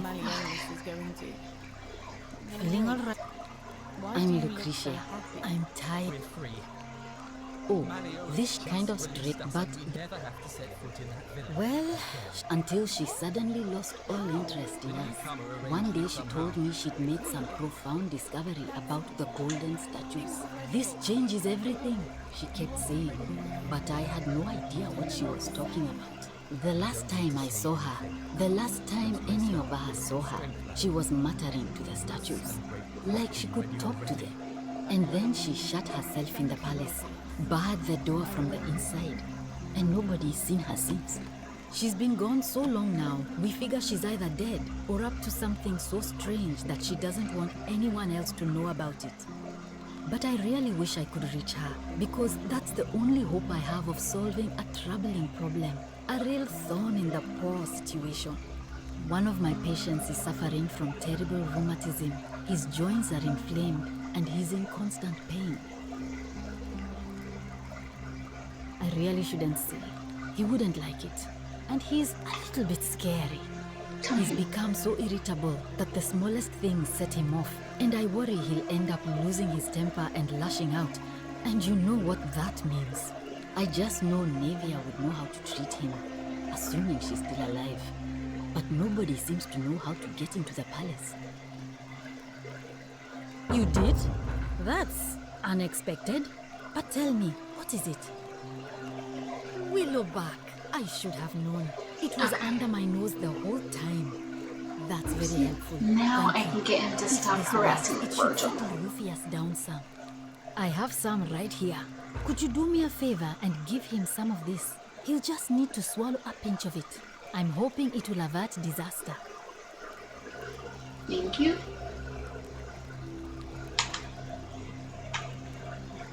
Thank you. I'm really glad you arrived when you did. That's a shame.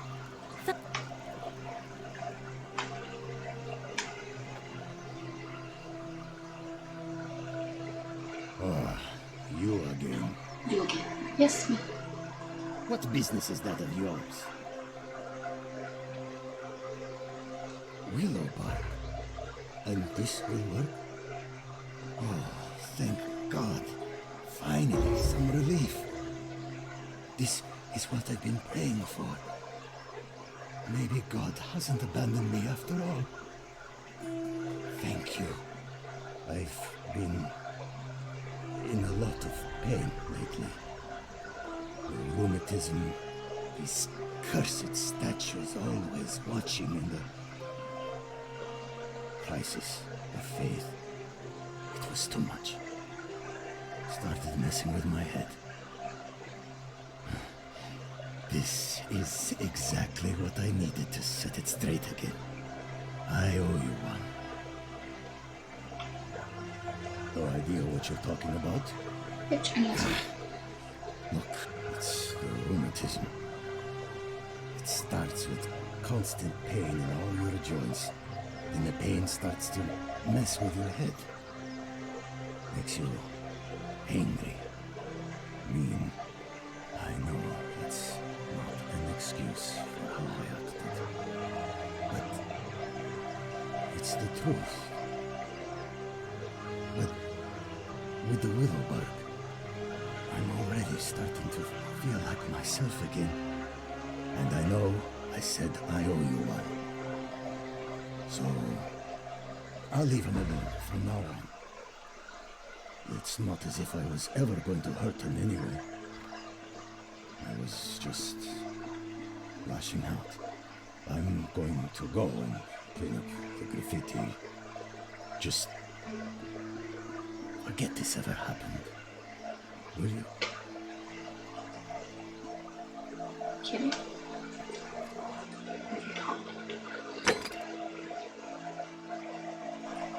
Okay, let's go talk to Virgil. The sweet boy. The sweet man. Ah, and I hear we... what demon or spirit told you about that? You went snooping in his place? That was risky. We're lucky you didn't cross any lines. Have you spoken to him about it? Really? How did you manage that? Poor fellow. I've heard that can really mess with a person's head. Well done for figuring that out. Really? That's promising. I'll keep an eye out for him. Nice to talk to you. Okay, let's not run in.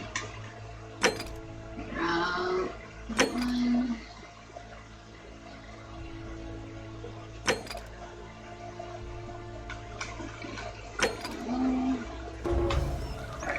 Oops. Let's go ahead and save right here real quick. Then...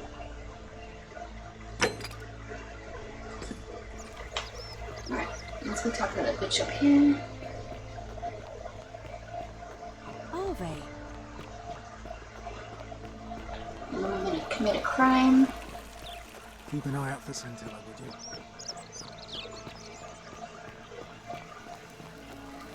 Fuck shit up. What a bitch. We're finally alone. I assume you already know who I am. We have? Wait, if I understand correctly, I must have entrusted you with figuring out who the culprit is. Like a Only, bitch. I I'm assume lying. we failed. And you had to start over. Is that about right? If so, what happened? Ah, I see. Look, it's unfortunate, but all that matters now is that you make use of what you've learned and gathered and do better next time. Now, I assume you sought me out again for a reason. I think it's best if I hang on to it. Why don't you just give it to me? You mean to ask, why am I unwilling to trust a newly arrived non-citizen with access to our water supply, the lifeblood of this city? I'm sorry, but that is simply out of the question.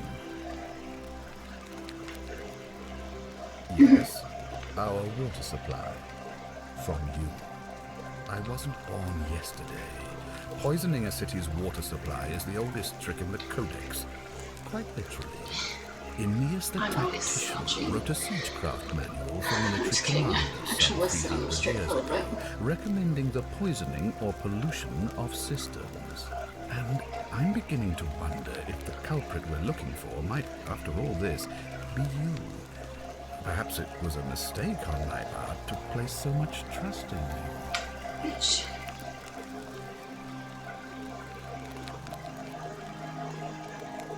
I'm glad to hear that. Now, was there something else? Ask then. I don't have any questions. Alright, hold on. You mean Duilius? Releasing him is out of the This question. bitch right here, yeah. That man is a liability we simply cannot afford. Perhaps you're not aware he was caught multiple times, sneaking around in places he should not have been. Look, I can see where you're going with this. You think me cruel. I assure you, that is not the case. You may not be aware of this, but it was not so long ago, during the Republic, the law of the 12 Tables would have required that he be killed as soon as he was born, owing to his deformities. Here we see to it that he has food, water, and shelter, and most importantly, he is able to continue living. A privilege that would be taken away from all of us, were he to be released and commit the crime of trespass. The man has no self-discipline, poor comprehension of what is going on around him, and is an incorrigible rule-breaker. I will not jeopardize the lives of my people so that one man... Oh my god, why?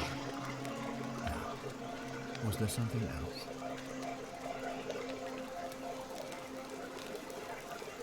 Of course. What is it?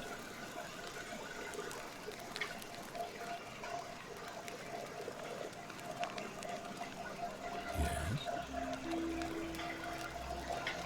Never mind. Why then did you say... it doesn't matter. It looks like you'll have to continue your investigation. What are you talking about? Oh my god. You know, you remind me of him. Al Worth. The fellow who came through the portal before you. Come now. Surely you didn't think you were the only one. You see, my connection to the portal. But We already heard all this shit. Sorry. Next time, I mean, you've lived through the day. What, only 3 times? Extremely impressive. And yet everything you've done has been in vain. Because there's no escape. Except the path that Al took. So, I couldn't care less what you think. And why would I agree to that?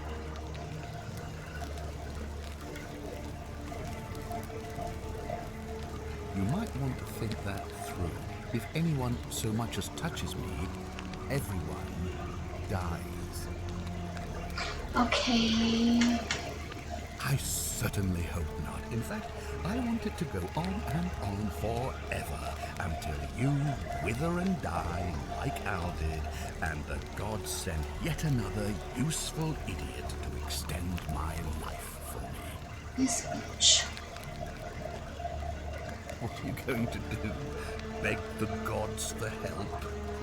They don't care about you, and neither do I. Now, get out of my villa. I'm bored with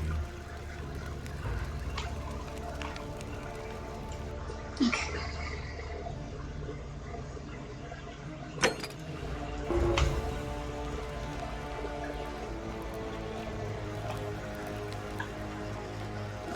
some shit on.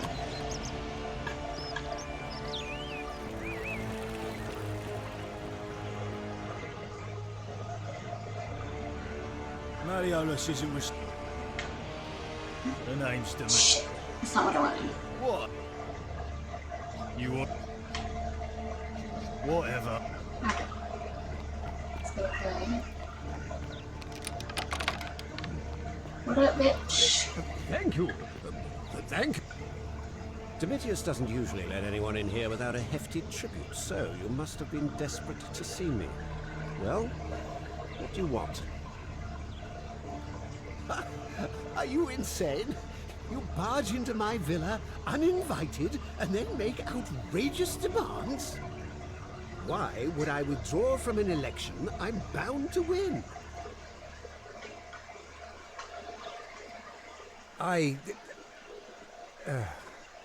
So, it finally caught up with me.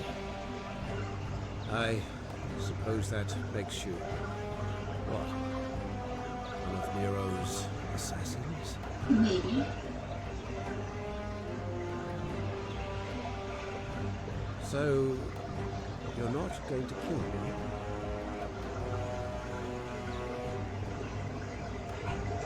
So much work for nothing. If I do it, you'll let me live? Yes.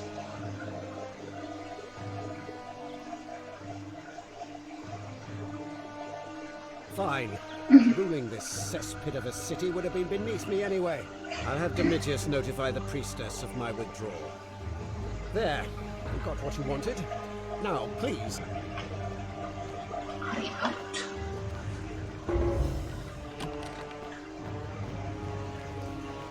Okay, fuck.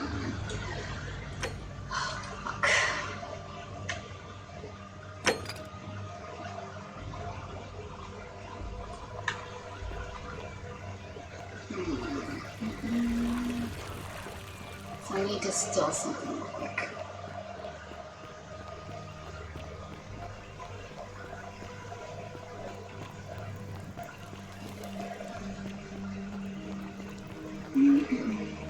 Because then I need to get...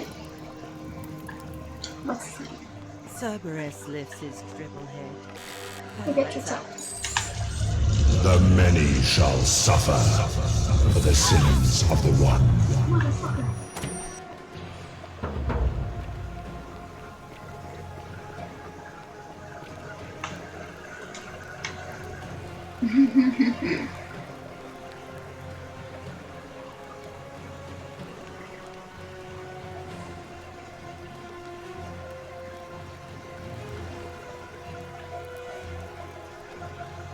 Why don't I shoot him here right now?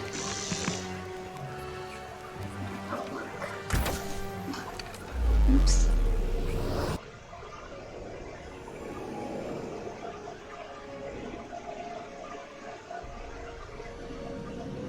Okay. Now.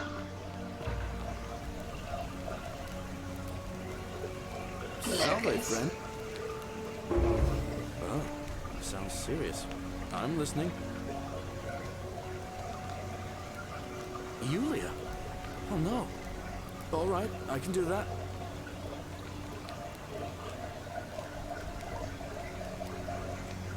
Poor Virgil. Poor Rufius too, I guess. All right, got it. All right, let me see. Stop Fabia going in, but send the new arrival to the empty shrine. Understood.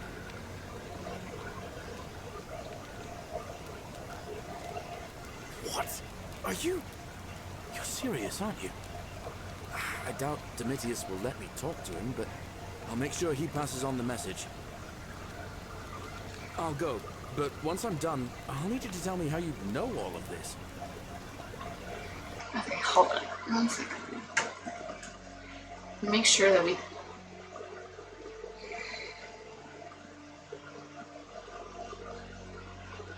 Making sure that we get the right ending.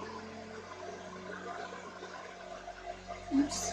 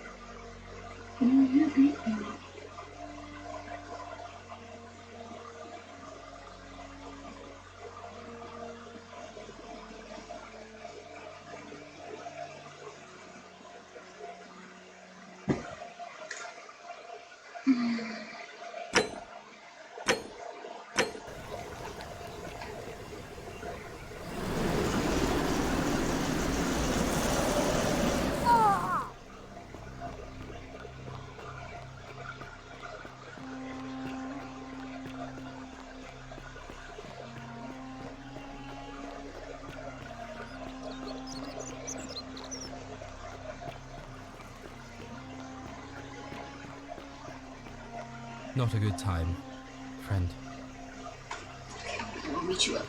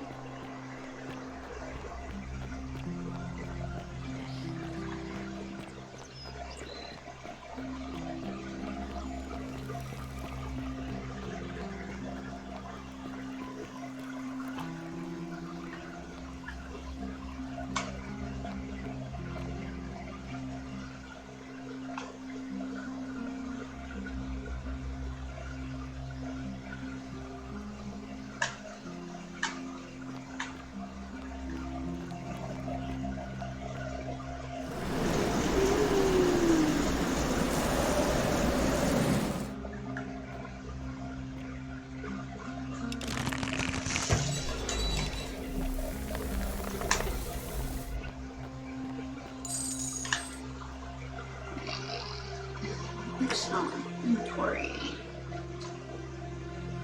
Oh, I need 2,000. Okay. Make sure we have enough for him.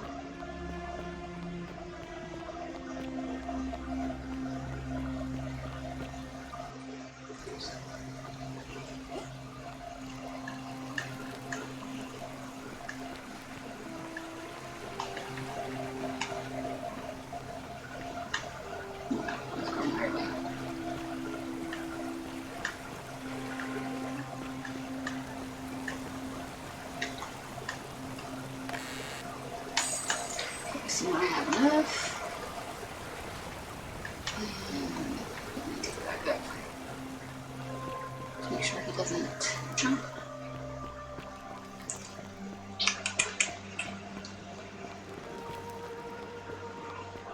Whee!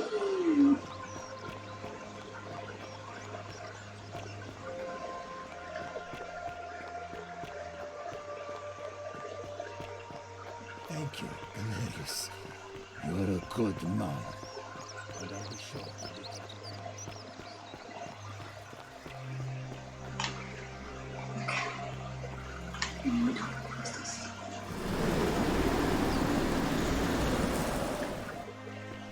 That's quite an impressive bow you have there. Just like Diana. Oh shit. So I can't talk to you yet.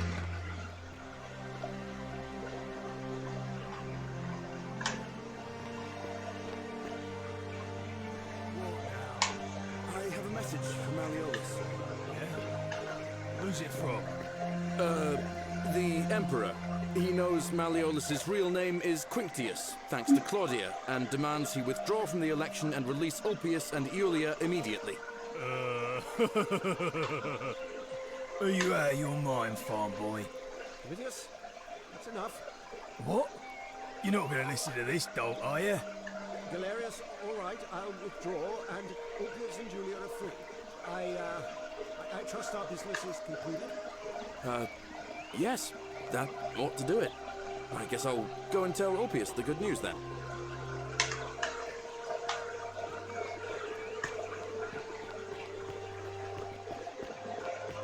Look at this sweet boy run.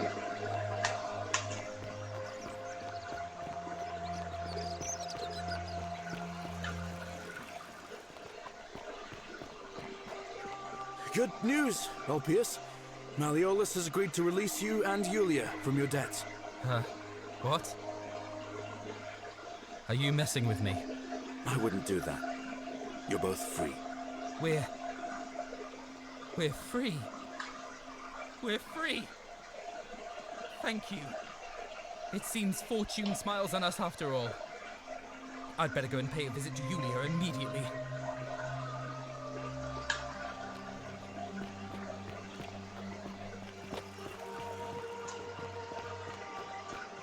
Citizen? Oh my gosh. Okay. Can you talk to him?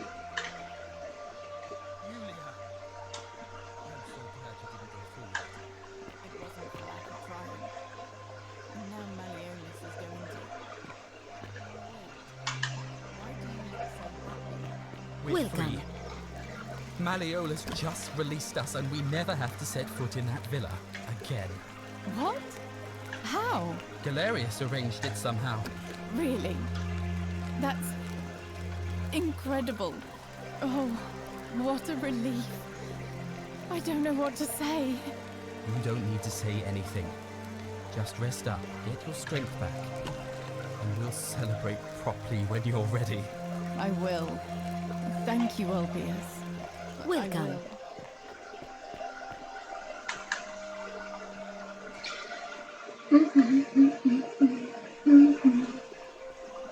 I know. Isn't he so precious?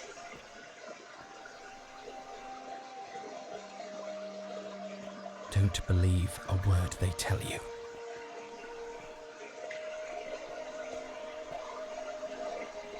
Shalom, friend. All right, friend.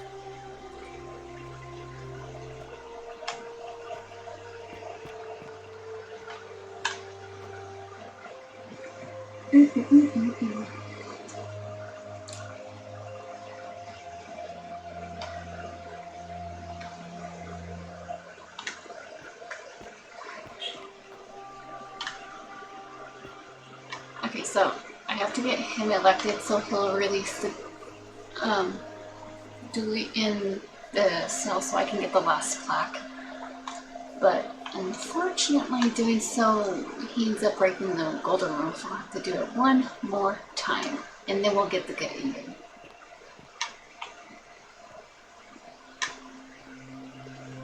Citizens, I have an announcement.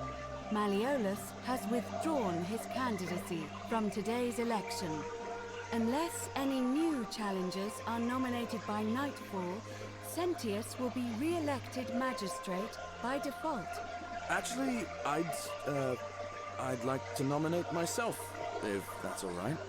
Of course, Galerius, that's your right.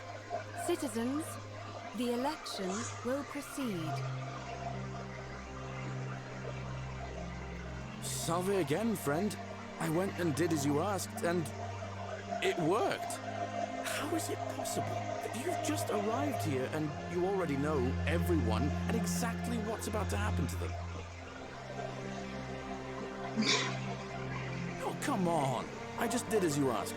The least you can do is level with me. I'll keep it between us. I promise. You're going with me, right?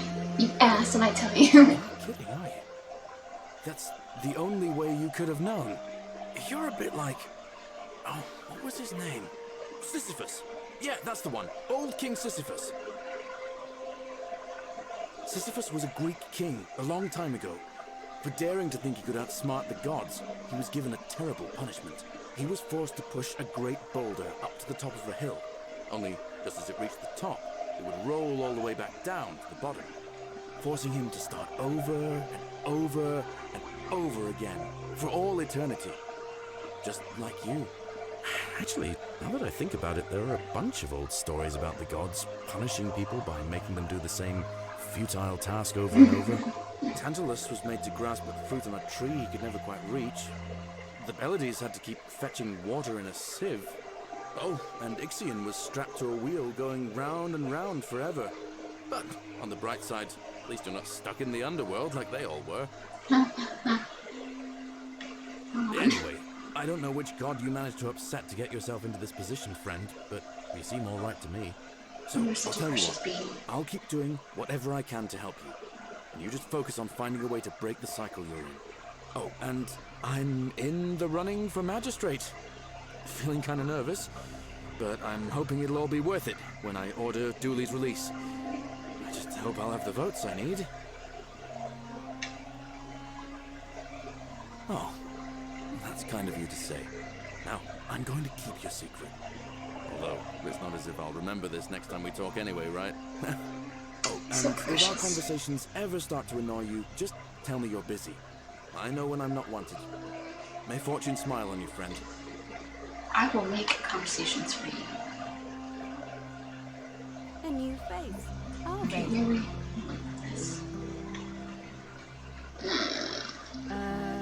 I beg your pardon? Bitch, I know what I'm talking about. Oh my. That is quite a lot to take in. You'll have to give me a moment. Let's see. If that is indeed the case, I suppose we'd better figure out what to do about it, hadn't we? We don't have much to go on, except the old stories. I remember 4 in particular about heroes in the underworld. Hercules, the demigod and son of Jupiter. Orpheus, a Thracian poet. Sisyphus, a king of Ephyra. And Aeneas, a Trojan hero. Hercules was able to leave the underworld because he commanded Sisyphus, so it seemed. May 14. Don't believe a word they tell you. Shalom. Shut up. What are you gonna vote for? Hilarious. You see... Alright, friend. I think I have everybody. Because only the men can vote. Lens Rufus. Hilarious. Fine. Okay. It's 2. Ah, a fellow travel. Greetings. My friend. Galerius. 3. But of course. I gotta make sure I have majority I hope votes. that 3. I'm pretty sure 4 right here.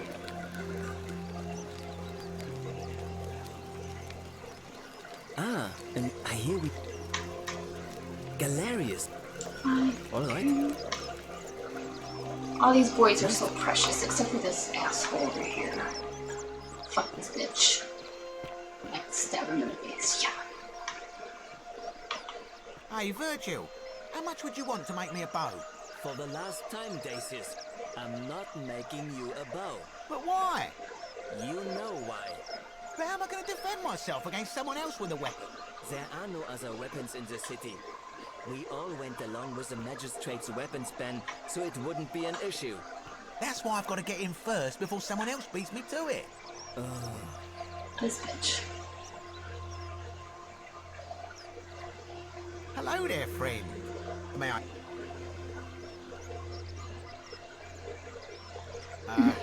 Are you well, stranger? Have you been out in the sun too long? You seem a little... confused? Perhaps you should go and see Lucretia in a clinic. Sentius, I suppose. Stability's always good for business. Yeah? And what's he gonna do for me? He's nothing. Certainly, for a few thousand denarii. Nothing illegal about it?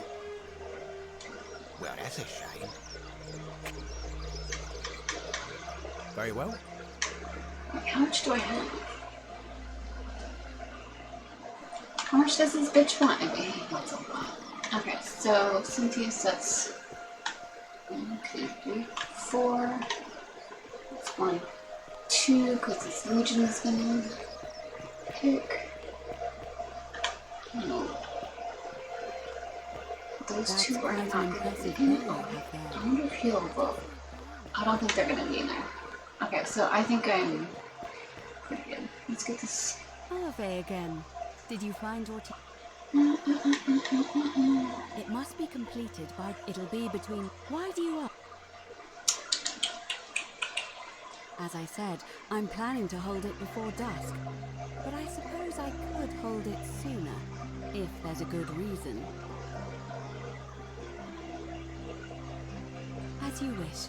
Okay, hold on. Certainly. Oh my goodness, okay. See you again. Hold on. So let me save right here, just in case. I think I forgot something. Okay, no. Okay, let's go. Ready? Okay, again. Status of the election. Let's do it sooner. As I yes. I have overheard some rather unpleasant arguments. The last thing we need here is additional conflict. Very well. I'll get things started right away. Citizens, it is time. I think I have 4 against 2.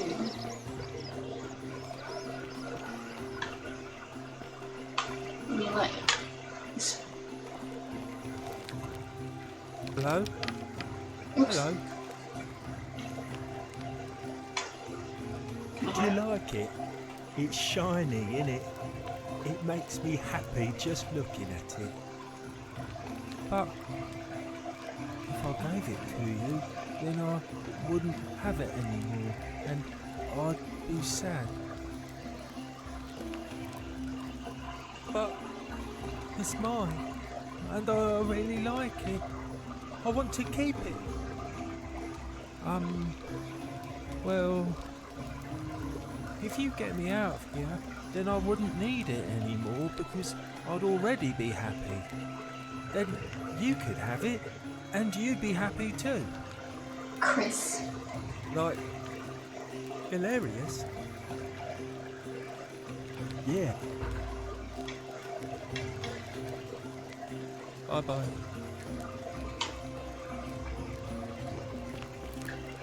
Don't worry, Chris.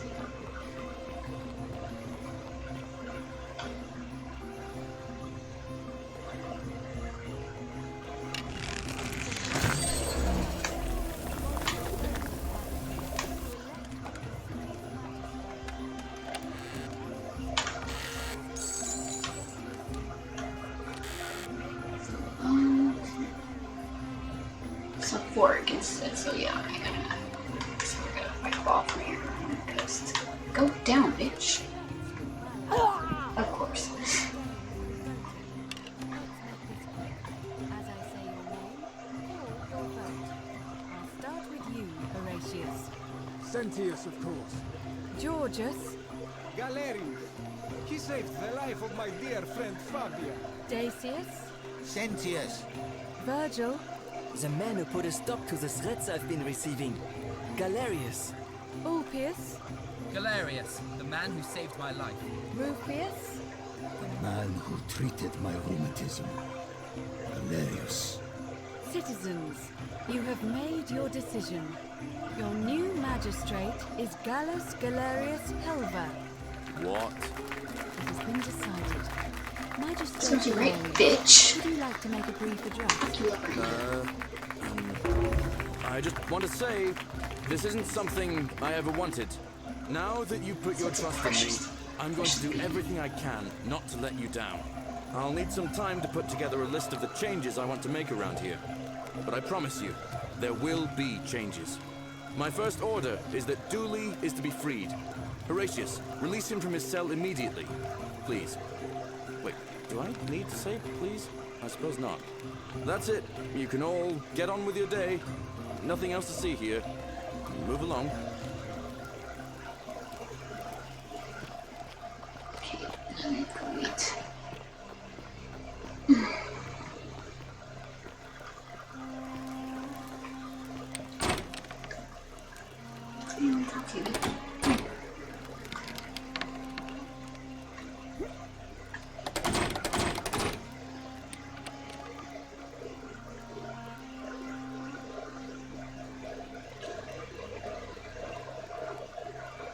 Fortune smiles on you today, Julius. Magistrate Galerius here has ordered your release. You're going to let me out of here?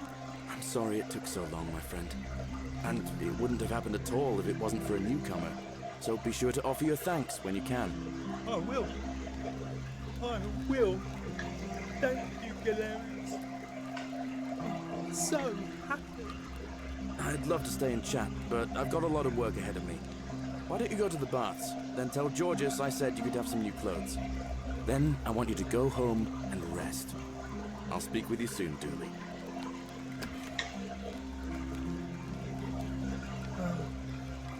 Hello? I'm Dooley. Magistrate Hilaria said I should thank the newcomer. Are you the newcomer? Oh, it is you. Then, thank you. You're a big helper. I was locked up, but they let me out again. I'm so happy. You can have my shiny plaque if you want, and maybe you can help me find my treasure. My friend Hannibal used to look after me, and he said he always would, but then he died. But before that, he told me if anything ever happened to him, I had to find something very precious. He gave me a key to the cisterns and told me to keep it safe. He said there's something very precious way up high. Please help me find it. Please. I had to keep it a secret until I found someone I could trust. Come. Oh, thank you. Here's the key.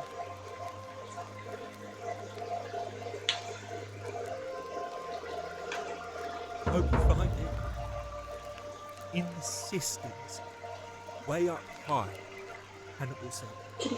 Oh, look over there. Something shining. Is it treasure? Maybe it is treasure. I can see it from myself. And it's just lying out. We know. Precious beans.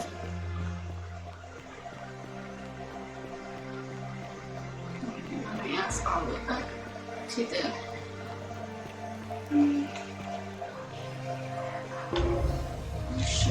The many shall suffer for the sins of the one. Yeah, I knew I would never made it all the way there. Oh. Okay, so y'all ready for this one? It's the last one.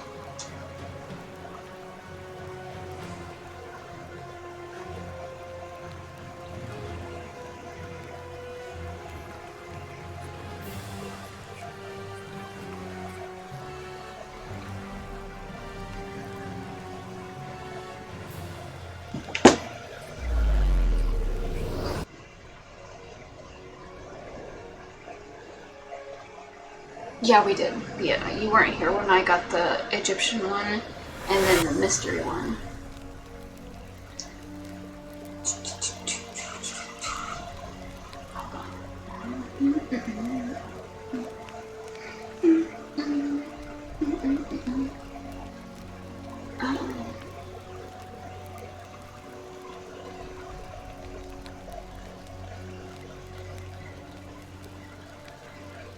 Okay.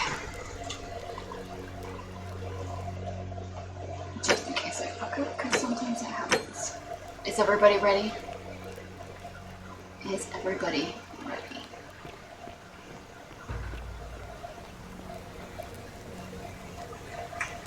Salve, friend. Oh, so Julia. Oh, poor Virgil. All right, let me see. What? I'll go. And we're off.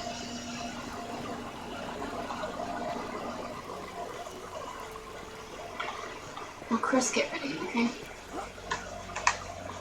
Shit is about to get real.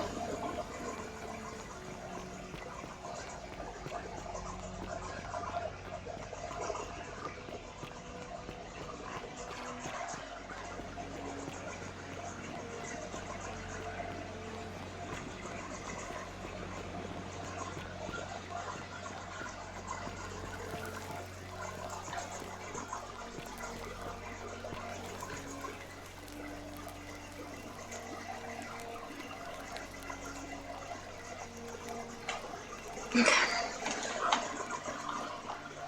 Alright.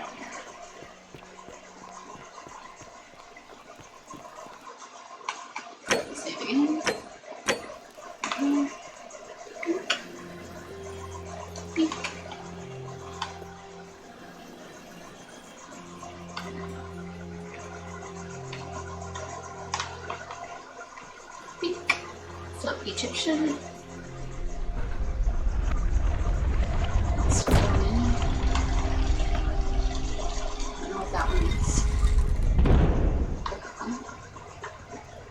the mystery one.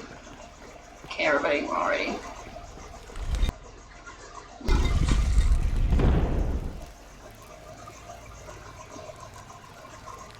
You go, Father Richard, grab me pines.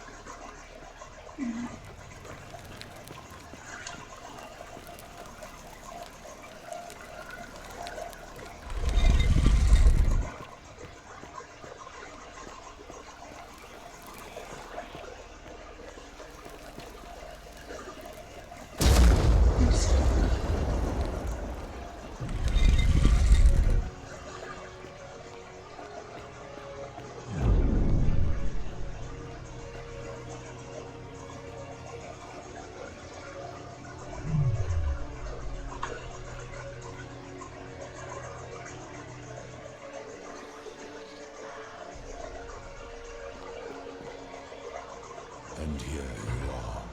Allow me to introduce myself. As you have already gathered, I've been known by many names.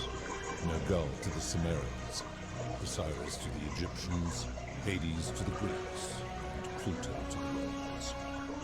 But the one constant through it all has been my title, God of the Underworld. And I've been watching you with curiosity, mortal, ever since your life. You're unlike this, aren't you? And what is more, you carry a weapon that was never intended for mortals to wield, and you do it so brazenly. But there will be time for your reckoning later. First, as a reward for undoing the desecration of my obelisk, I will allow you to satisfy your curiosity. Ask what you will.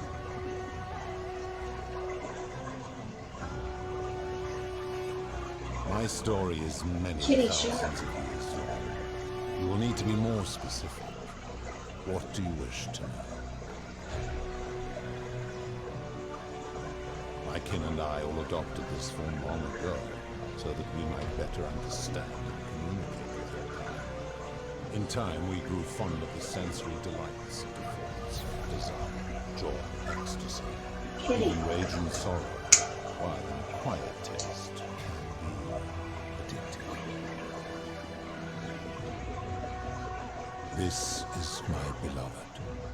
Like me, she has been known by many names. Ereshkigal to the Sumerians, Isis to the Egyptians, Persephone to the Greeks, and Persephone to the Romans. Or perhaps you might know her as the goddess of springtime, the cycle of life and renewal.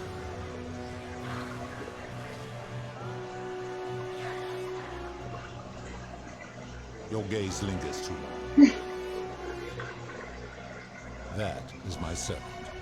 You would have met by the river, though she wears many faces and goes by many names.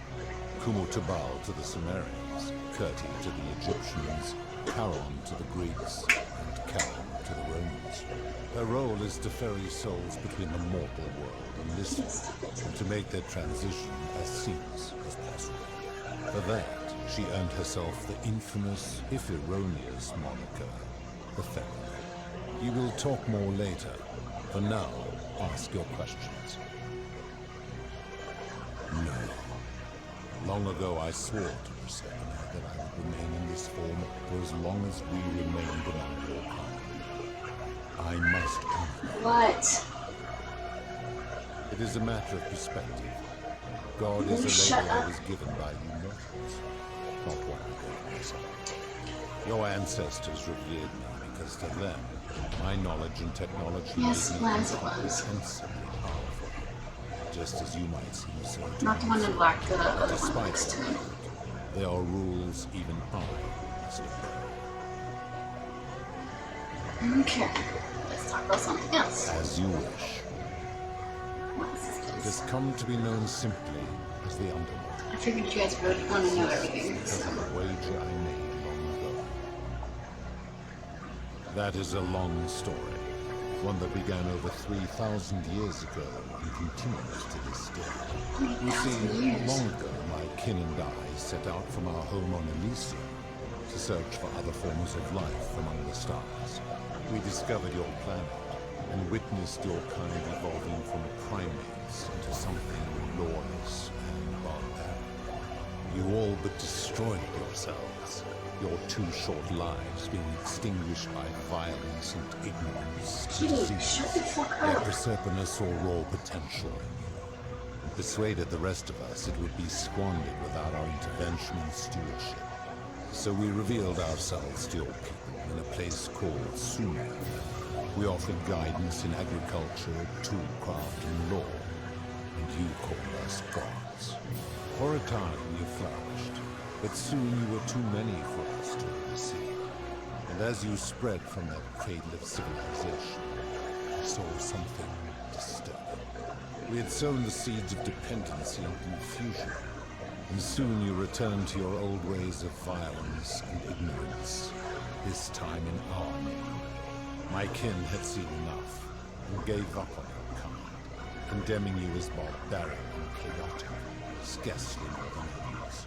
We began preparations to return to Elysium, our home world, a utopia unspoilt by conflict and unimaginable in its beauty.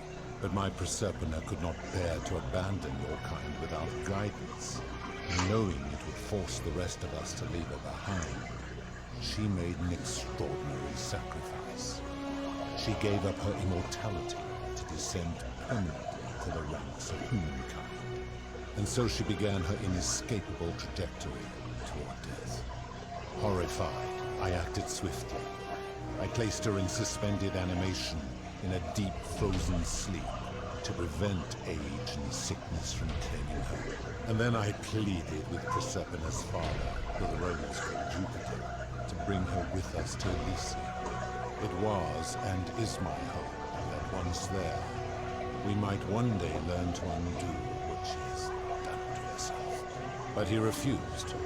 I did everything I could to persuade him, but he would not relent. He would rigidly uphold his final pronouncement. Humans were unworthy of ascension to Elysium. No exceptions would be made. But seeing that I was aggrieved, he proposed a wager, the terms of which were as follows.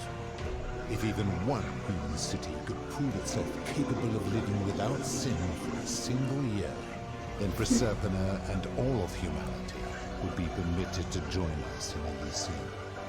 My part would be to remain behind, the last of my kind, to watch over you without interfering, and to sit in silent judgment.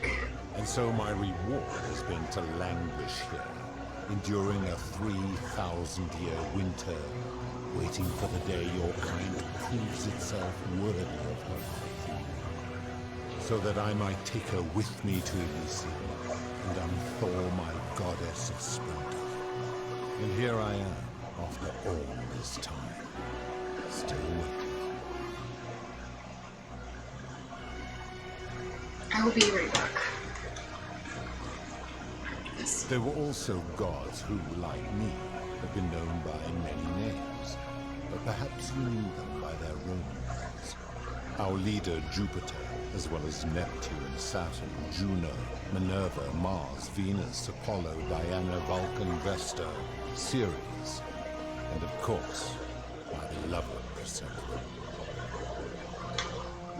As the first wave of your kind arrived from Sumer, I had them build a city in their own fashion, so that they might be comfortable and recreate their lives here. I had them build the entrance as a vertical shaft leading to baths, to cleanse them of the sins of their former lives, and to prevent escape. I watched wave after wave of Sumerians arrive, and as their civilization declined over the centuries, they were replaced by Egyptians. Of course, believing themselves to be the superior civilization, the Egyptians promptly built over what had been built before, and made all the same mistakes. After another 1,000 years, the Greeks began to arrive, and then the Romans, and they all did the same thing. They built upon the underworlds of their predecessors, renamed their gods, and ensured their foundations were forgotten. Welcome back. Welcome back. To ensure the wager was fair, it was important that my subjects were chosen at random. To this end, I had my servant distribute 1,000 tokens fashioned from silver, a rare element at the time across the earth. Whoever died while in possession of one of them would be located by my servant and carried to this place with no memory of how they arrived. As the tokens were discovered, they were traded, smelted, and fashioned into trinkets, and eventually coins, spreading to Egypt like seeds on the wind. Later, when they spread to Greece, they would come to be known as Charon's Obol, or as coins for the pharaoh. Some placed coins in the mouths of their dead, hoping they would awaken here, though they had no way of knowing which coins were fashioned from the original tokens. In fact, almost all of the tokens are accounted for. Only 2 remain. And so after this wave destroys itself, as it is destined to do, your kind will have squandered the last of its potential to ascend beyond this rock, and Persephone along with it.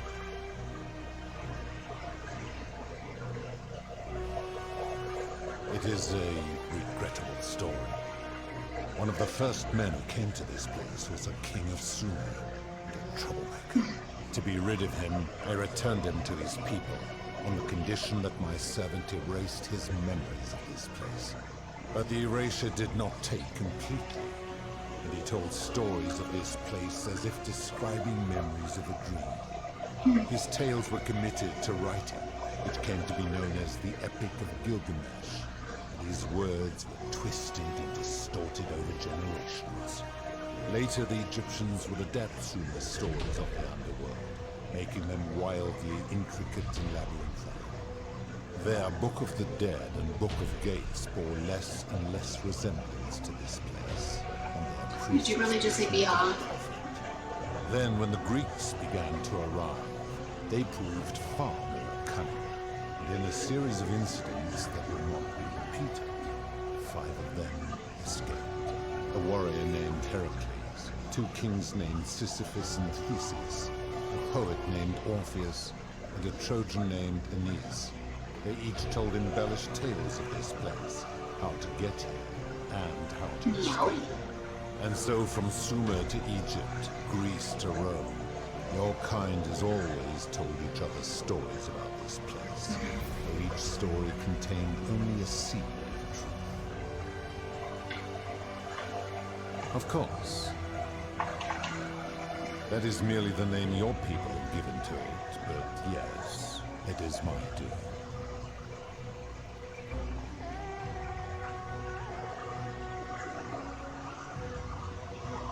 That is a story dating back to the very first one. After the Sumerians finished building their city, the self-declared ruler threw a banquet to celebrate. Now this man was unmarried, and many women were vying to become his wife, a prestigious position of power and influence in the new world. Of all the women, 2 were particularly ambitious. Both were beautiful, and both arrived at the banquet wearing eye-catching dresses and painted faces, their hair woven in elaborate fashion. The first woman, recognizing that she would require an advantage to win the ruler's affection, draped herself in jewelry, ornate necklaces, bracelets, and rings fashioned from gold. Seeing this ostentatious display, the second woman grew envious, for she had no such jewelry at her disposal. She prayed aloud to any gods that would listen to cover her in gold, and when her prayer went unanswered, she took matters into her own hands. While the others indulged at the banquet, the second woman summoned the first for a discussion in a quiet place. She checked that nobody was watching, and pushed her rival from the top of the ziggurat where she broke her neck on the rocks below. But I was watching, and I decided to answer her prayer. I took the golden bow left behind. Oh my god, would you 2 shut up? I shot that woman in the heart, covering her from head to toe in a layer of molten gold. And I left her to stand there, that she might serve as a grim reminder of what befalls those who sin in my domain. But that was not enough, for the entire city was tainted by her sin, and the wager could no longer be won. So I had no choice but to wipe the slate clean. I gilded them all, to make way for a new wave, and began the wager again. And to this day, each of them, and all who came after, line the halls of this city, inanimate but conscious, suspended in time with only their sight and hearing preserved, so they may bear witness to and lament the folly of your kind for eternity, silent golden sentinels.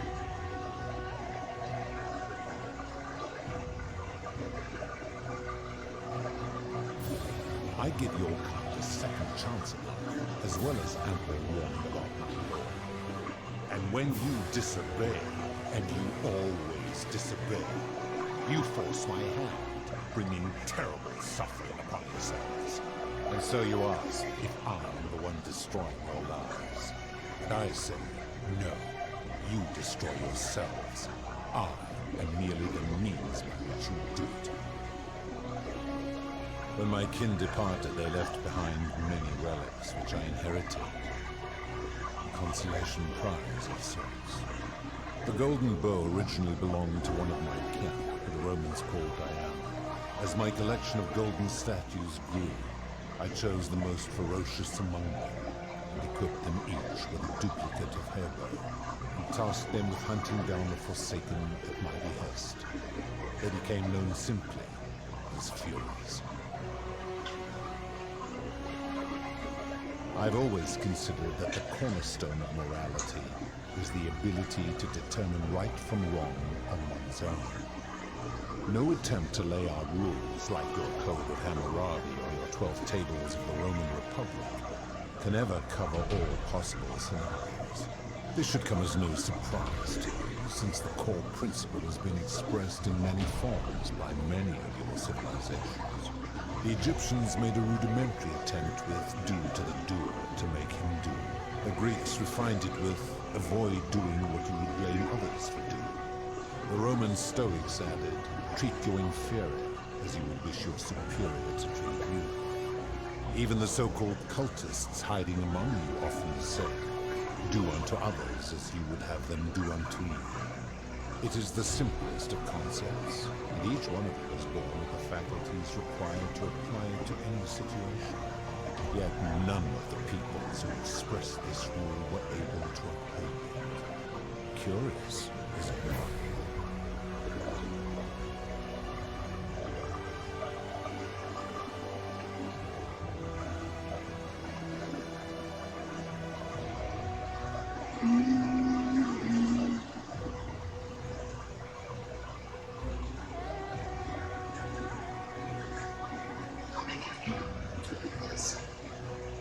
Enough. You clearly know nothing.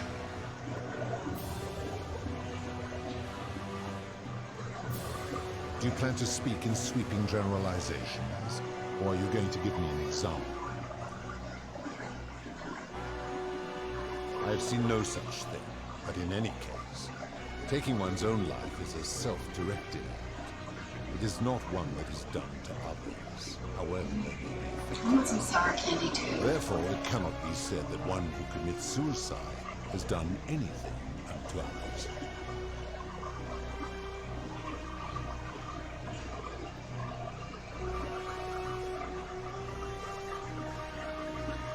Applying this rule always requires us to interpret the meaning of the words. The literal interpretation helps to minimize the ambiguities of your primitive language. Supposing you're right, and my law has been broken, and I should turn you all to gold immediately. Is that what you want?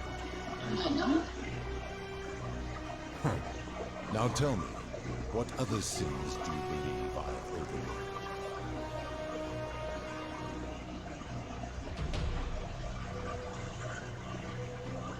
The merchant, How is that inconsistent with the rule I've outlined? I disagree. Having watched this merchant, that is precisely what he would expect from others, and he would be quite capable of paying the price anyway.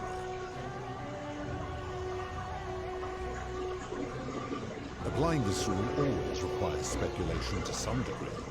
It requires us to ask what another person would want if they found themselves in another situation. Not if we're wise enough to know the mind of man. Supposing you're right, then my law has been broken, and I should turn you all. Now tell me, you speak of the moneylender. How is that inconsistent with the rule? And he would never have signed a contract pledging his labor for 30 years. All he did was enforce the terms of a contract signed voluntarily by others. Ignoring your irritating sense of moral superiority, this is interesting. I'm curious, how do people escape poverty? I see. And how long might it take such a person to repay their debt? I fail to see how your system of loans is significantly different to a debt bondsman signing over his labor for 30 years. Now tell me, what other sins do you? The midwife and the palace, yes. How is that inconsistent with the rule? The rule is do unto others, meaning other people. Those statues are something else now. Bloodless shadows, mere shapes of their former selves. They are forsaken. What happens to them is no concern of mine. He basically just said fuck them all. Applying this rule always requires us to interpret the meaning of it. Suppose... Abduction? You mean the magistrate imprisoning his daughter in the cistern, I take it? He did so because she sought to escape. A sin I take particularly seriously. Better that he stops her from escaping, albeit brutishly, than I have to wipe out this entire city to punish her. Wouldn't you agree? Supposing you're right, then my... Now tell me. Do you honestly think you could do better?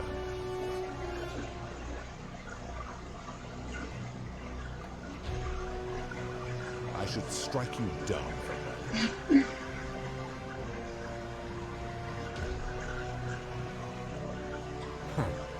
Now, did you have any other questions before we begin?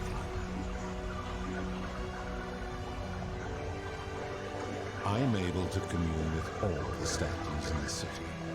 Their ears are my ears, and their eyes are my eyes. If she was still conscious, I suppose she could, but she's not. Why do you ask?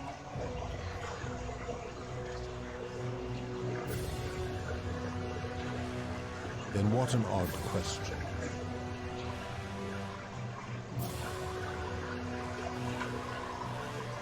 Very well. Oh my goodness. That is merely the name your people have given to it.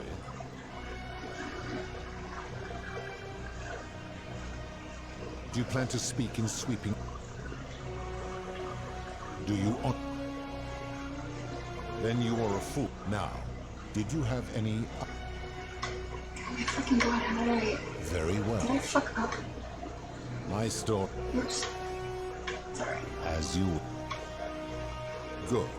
And only, it seems, something is wrong. It has long been in my power to see into the hearts of mortals and weigh their deeds in life. But when I peer into you, I see only a blank slate, as if you did not exist until you appeared in this city. How is this possible?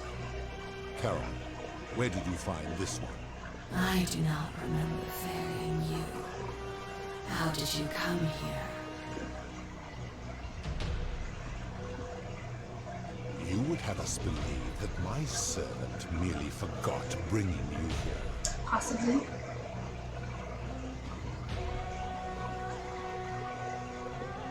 If that is true, then I sense the intervention of someone powerful.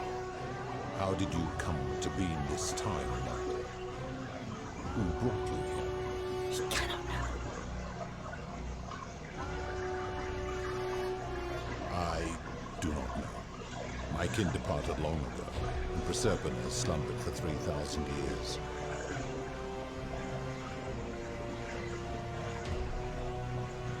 Tread lightly.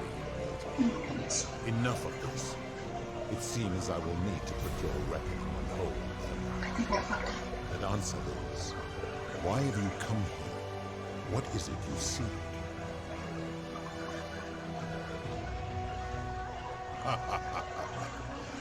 Your hubris is amusing, so I will allow you to make your case.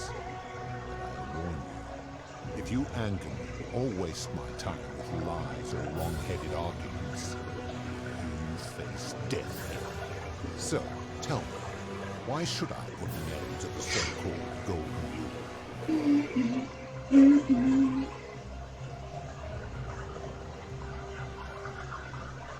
That is a very serious accusation, mortal. What sin have I committed? What evidence do you have to support it? You've given terrible punishments to hundreds of people for some minor sins, and some committed no sins at all. Every one of those people was guilty of failing to ensure their peers lived virtuously.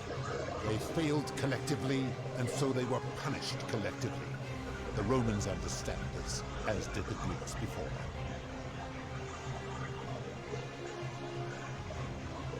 Our positions were reversed. You wouldn't want me to punish you for the sins of the people. Ah, but I am a god, and you are a mortal. Why would you expect me to treat you as I treat my own kind? You are not a peer. You are not a respected equal.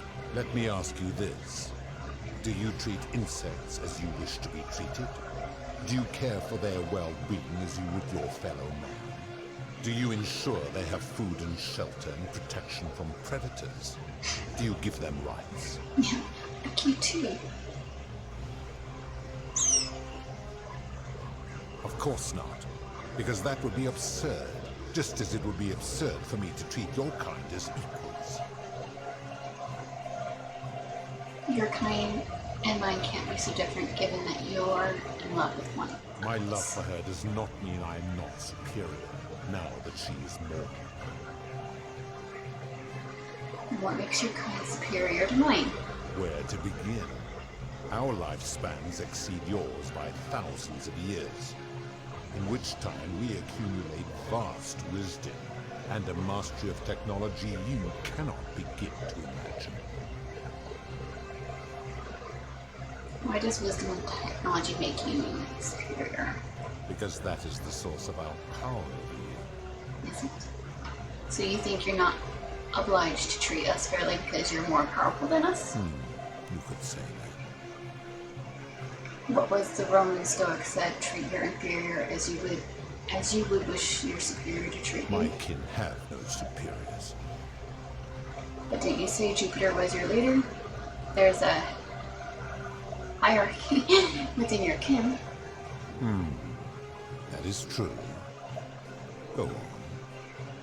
So you are treating humans the way you would wish Jupiter to treat you. Make your point, mortal. Saying, if you can't follow your own rule, how can you expect humans to? Let me ponder that for a moment. If you are right, then it would follow that all this time I've been in the wrong. But no, the very thought of it grieves me.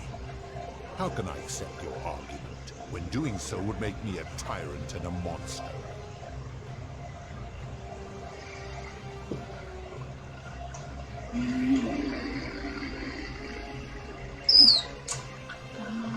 Wait, what? What are you saying? All humans have the tendency towards sin. We do it I'll do it sooner or later. Let's make a mistake. It's in our nature. Oh shit. You have spoken eloquently, and yet, if what you say is true, it follows that my wager is fatally flawed from the beginning.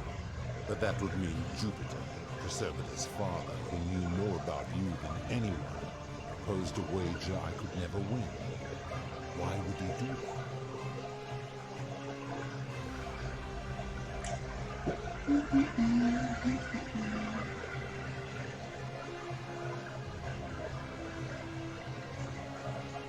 Perhaps he wanted you to abandon the wager so Persona would be free from you. Perhaps he felt threatened by you and didn't want a potential challenger and everything. Fuck.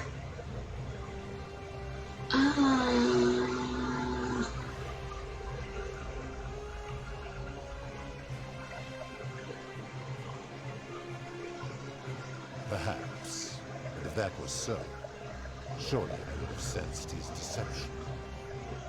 How could I have been so blind for so long? Struck the enemy. You are no better than us. You're embarked on a power trip. Perhaps when you took on human form, you took on some human photos as well. Perhaps you were blinded by your love for Persona. Once again. Your words sting me, mortal. But perhaps it is what I deserve. As difficult as this is to admit, I have suspected as much for a long time now. And I cannot deny it any longer. I've been so fixated on taking my beloved to Elysium that every time one of you sinned, it wore away my hope of being with her again. In time, I began to despise your kind for making her believe that you could ever be better than her own. But my rage was not born of malice. Quite the opposite. Everything I have done, I did because I loved her. Who knew this empathy of yours, which you celebrate so much, could have such a dark underside? This has gone on too long. It is time for me to let go of this form, of her, of all of you. But know this, if I abandon the wager and leave for Elysium, neither she nor your kind may ever ascend.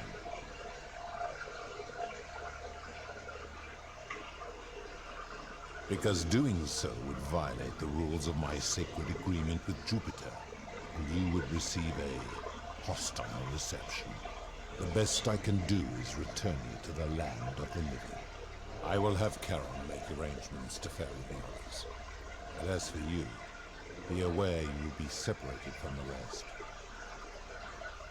Why? Once this exodus begins, the events that brought you to this moment will never have taken place, and you will have created a paradox. What will become of you is difficult to predict, but that is the risk you have taken by interfering in the natural flow of time. Now, are you ready? Farewell, mortal.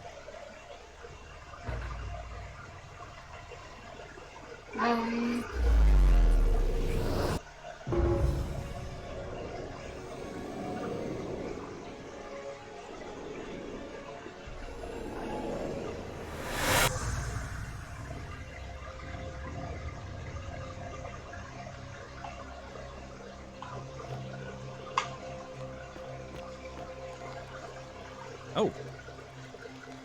Hi there. Gave me a bit of a fright. Thought I was in here alone. I'm Al. Well, here I am. I'm sorry, I didn't catch your name. Know who you are. I barely remember how I got here myself. Oh, did that lady in the forest send you in here after me? I guess I lost track of time, learning about the history of this place, and it is extraordinary. I'm fairly certain you and I are the first people to set foot in this city for about 2,000 years. Fortunately for us, the last person in here was a Roman man named Galerius, who inscribed an account into a tablet. Apparently there was a community of 20-something people trapped in here, and living in fear of a curse they called the Golden Rule. They believed that if even one person sinned, an unknown god would cast them all into gold, like the 1,000 people who'd lived here before them. Then, one day, just as Galerius had finished praying for a good harvest at the shrine of Proserpina, an oracle appeared and told him how to solve the ills of the city, like saving the life of a dying woman, foiling an assassination attempt, and so on. Meanwhile, the oracle walked up to the temple of the mysterious god, this one right here, and demanded an audience. That's me. And the doors just opened up to her. Nobody knows what went on in there, but Galerius wrote the oracle must have been more persuasive than Odysseus, because the next thing he knew, the ground shook and the voice of that god rang out over the city. The many have suffered long enough. Unfortunately, Galerius' account just sort of stops after that, leaving a lot of questions unanswered. What became of him and the other people who lived here? What happened to all the golden statues?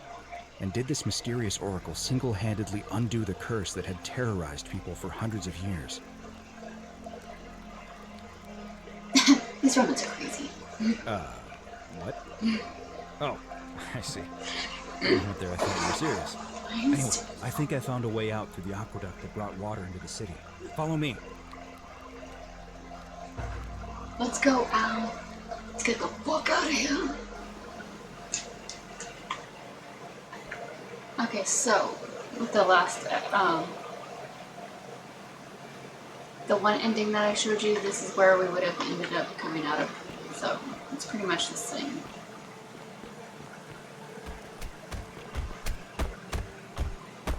I'm gonna pause here for a moment and make sure nobody else has ever lured into this temple. You go on ahead. I'll be there soon.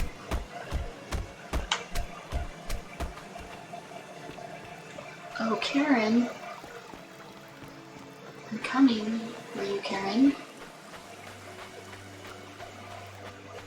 I'm an oracle. A.Auditore, the oracle. You're back! But you're alone. Does that mean you didn't find Al? Oh, I found him. Oh, what a relief. Thank you so much. I was beginning to think you'd both become trapped in there. Why don't you tell me what you discovered while we wait?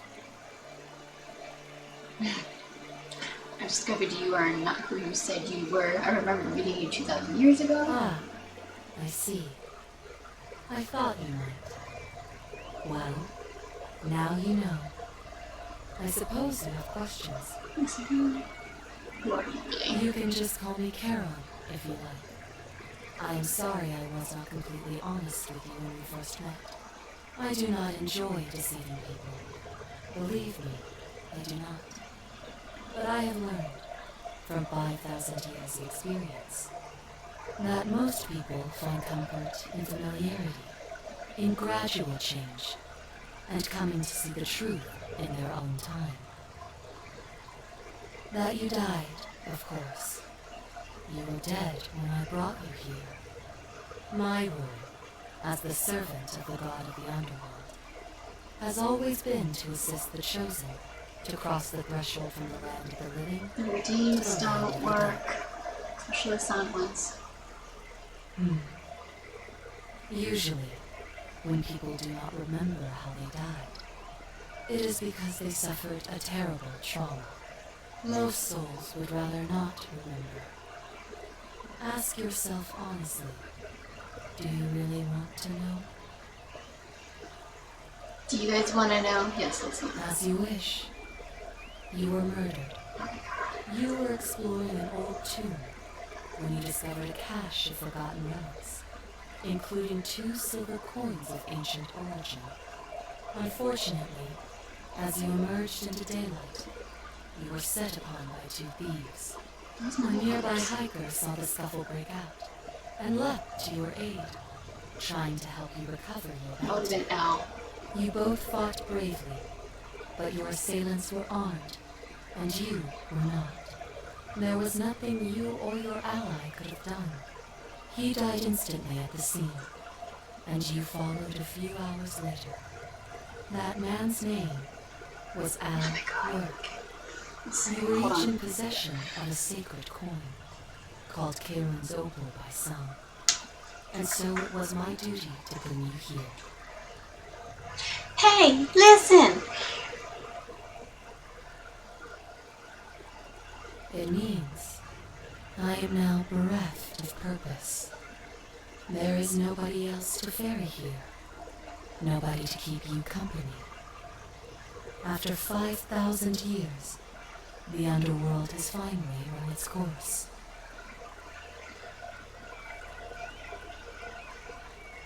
Perhaps you have heard the tales of the Greeks and Romans burying their dead with a coin in their mouths to pay the ferrymen for passage across the river. Well, those stories contained a seed of truth, but not any coin would do. A long time ago, my master created 1,000 silver coins and had me distribute them across the world. My orders were simple. Whenever a person died in possession of a coin, I was to locate them and ferry them here. It means I am now. There is nobody else. I see no point in keeping you here. But I have to ask one thing. That you keep this to yourself. Look! Here comes Al now. Al! It's so good to see you. You were gone so long I thought I'd never see you again. Kinda lost track of time in there. You wouldn't believe what we found. The ruins of a long-forgotten city. And there was a tablet describing an oracle who confronted a god and undid an ancient curse. Sounds like quite a story. Sorry. And I look forward to hearing all about it. But you two look exhausted. Why don't you hop in my boat and rest while I ferry you back to civilization? Sounds good to me. And you? Are you ready to go home? I guess. So that's how I died.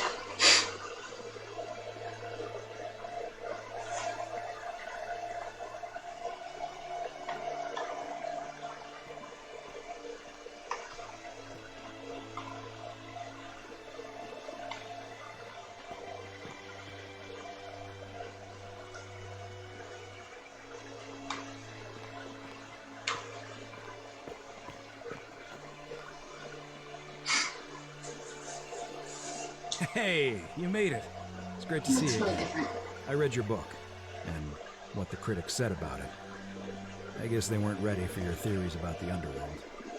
Anyway, after everything you've been through, I thought you might appreciate some good news.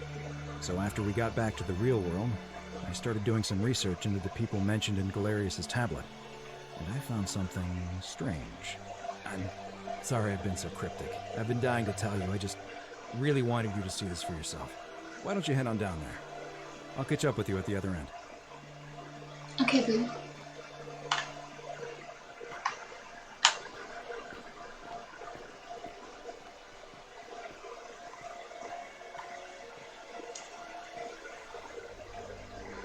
Saw they from? You're finally here. Remember me? It's a crazy story. After you disappeared, Karen appeared and told us she was returning us to the world. Even gave us some coins to help us start our lives over. Only, for some reason, she returned us to your world instead of ours. Anyway, I know we only ever had that one conversation, and I wasn't even sure if you'd remember me, but I want to say thanks for freeing us from the underworld and giving us a second chance at life. Oh, I used Karen's gift to buy a farm in Umbria. Got a villa on it too, with enough room for Dooley, of course. It's hard work, but I sleep soundly every night. I'm finally my own man, and I wouldn't change it for the world. I know! I can't believe my luck either. But we're engaged and living together. We're planning to get married next spring. If you're going to be around, we'd love to see you there. Of course, there's a whole museum full of people waiting for a chance to thank you, so you'd better keep moving. Don't encourage it, again soon, my friend. Oh, hello. You're here.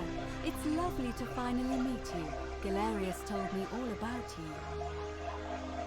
So, you're the hero who somehow vanquished the last of the Roman gods. As I'm a priestess, you realize you've put me out of work. I'm just teasing. Actually, and it still feels a little sacrilegious to say this, I'm finding life after religion quite enjoyable. Galerius and I are engaged and expecting.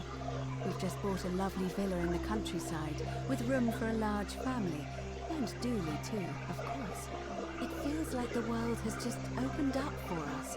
There's so much to learn, and so Oh my many God, more shut up. possibilities for our children than we ever imagined. We're just so thankful for what you did for us, for all of us.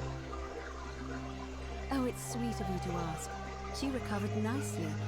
In fact, she's here somewhere, if you'd like to ask her yourself. See you at the wedding, I hope. I like your dress. Not the shoes though. Hello, I'm Dooley. Galerius said you're very nice and a big help. Thank you for getting I us said out it of to the bound. Trevor. I But I'll do- say it to Laz too. Shut up, Laz. I live at Galerius and Equitia's house. They look after me now and help me remember when I forget things, like brushing my teeth. Treasure? Oh, I forgot about that. I like my box now. Galerius got me a box that tells stories. It's my favourite thing.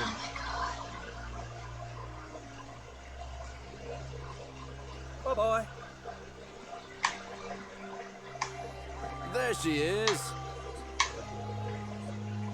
It's you. Oh my gosh. You're the Oracle, right? Oh, of course, sorry. No one is fine. And I never got a chance to thank you for telling Galerius how to save my life. And of course, getting me and all of us out of a terrible situation. Last I heard, Malleolus kept insisting he was the last rightful ruler of the Roman Empire and wound up being committed to a psychiatric hospital. As for Claudia, she was always so viciously unhappy. Someone said she'd blown all her money on wine, trying to drink herself back to the underworld. After the horrific way they treated Ulpius and me, I can't help feeling a sense of... what's that German word? Schadenfreude? Sounds like they got what was coming I to them. couldn't agree more. Oh, I barely recognize myself. I'm living in a house share in London with my wonderful girlfriend. And I'm studying English at university. Eventually, I want to travel the world and write about it. Turns out, it's about 30 times bigger than the Roman Empire ever was. Did you know there are entire continents Rome never knew existed? And you can travel almost anywhere in an aircraft, which is rather like flying on a Pegasus, but much more comfortable. Oh, Could you sorry, imagine you if already know all that, of apparently there are course. other I'm just countries? so excited. I mean, other continents? There's so much to see and learn and write about. I have noticed people from your time have no idea how fortunate they are. I hope to change that. One day. Ugh. Someone told me she was boasting about getting her claws into some rich prince, and how she was going to be living the high life from now on. Even in your time, life still isn't fair. Apparently, he'd proposed before they'd even met. And last I heard, she'd bought herself a first-class one-way ticket to join him in some exotic place called... what was it? Hi there. Nigeria? Some people have all the luck.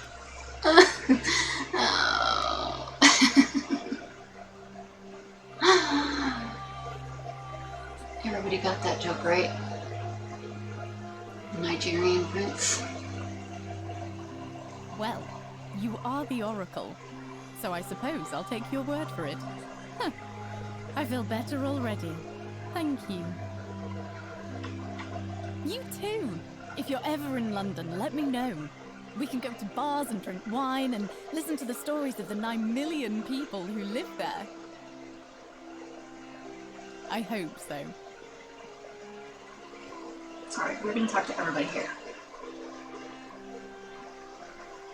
You are here. It's nice to finally meet you. Lucy is fine. I'm making an effort to blend in, as you can see. We are all trying to keep a low profile. If the world knew we died 2,000 years ago and were suddenly brought back to life 12 months ago, they'd never leave us alone. Speaking of which, I wanted to say thank you in person. I'd say the gods smile on you, but I hear you drove the last of them off. So, I'm studying to get into medical school. As much as I resented the responsibility of keeping everyone in the city alive, when it ended, I realized I missed it. So I guess I'll just keep saving the world, if begrudgingly, one patient at a time. You too, don't be a stranger.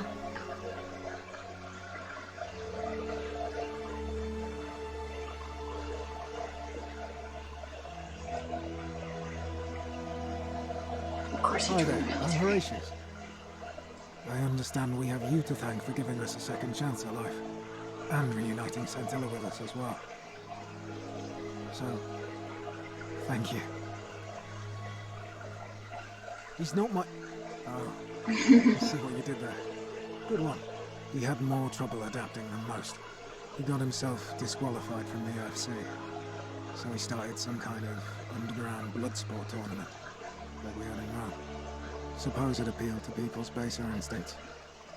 And they say he made some good coin, killing a bunch of men like that. But his luck finally ran out, and his life along with it. You know what they say. Live by the sword, die by the sword. Well, that's kind of a shame. Perhaps. I'm living up north and studying in the military academy in Modena. I'm going to be an officer one day. The world's changed a lot. But some things stay the same. Would you believe we're still studying military tactics from my time? Alexander the Great, Caesar, Hannibal Barca. Still, I have to keep challenging myself to let go of old ways of thinking and embrace the new. As Seneca wrote, the ones who pioneered our paths aren't our masters, but our guides. See you at drinks later, I hope. Hey.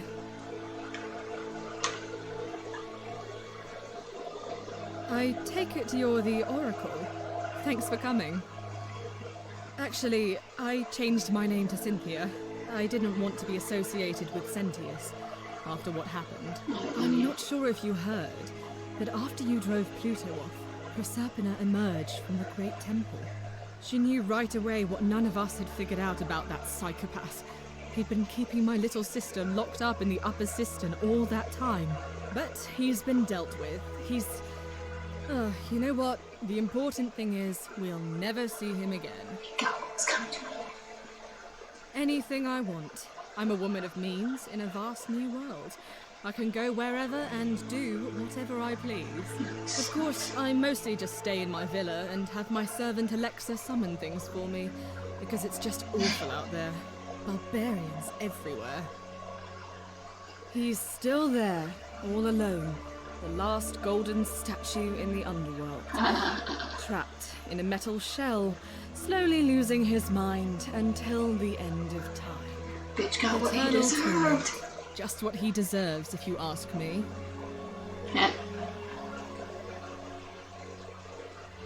You too. See you around.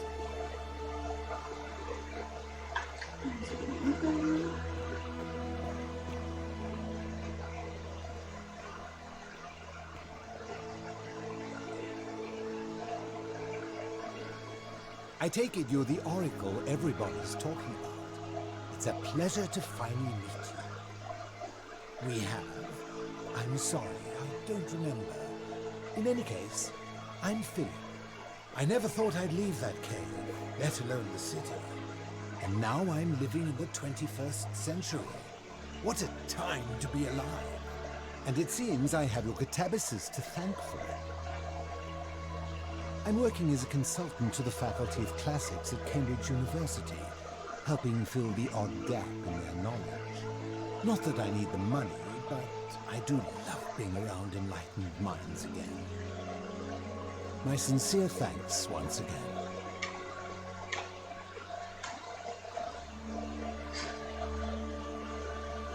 Greetings. You must be the legendary Oracle.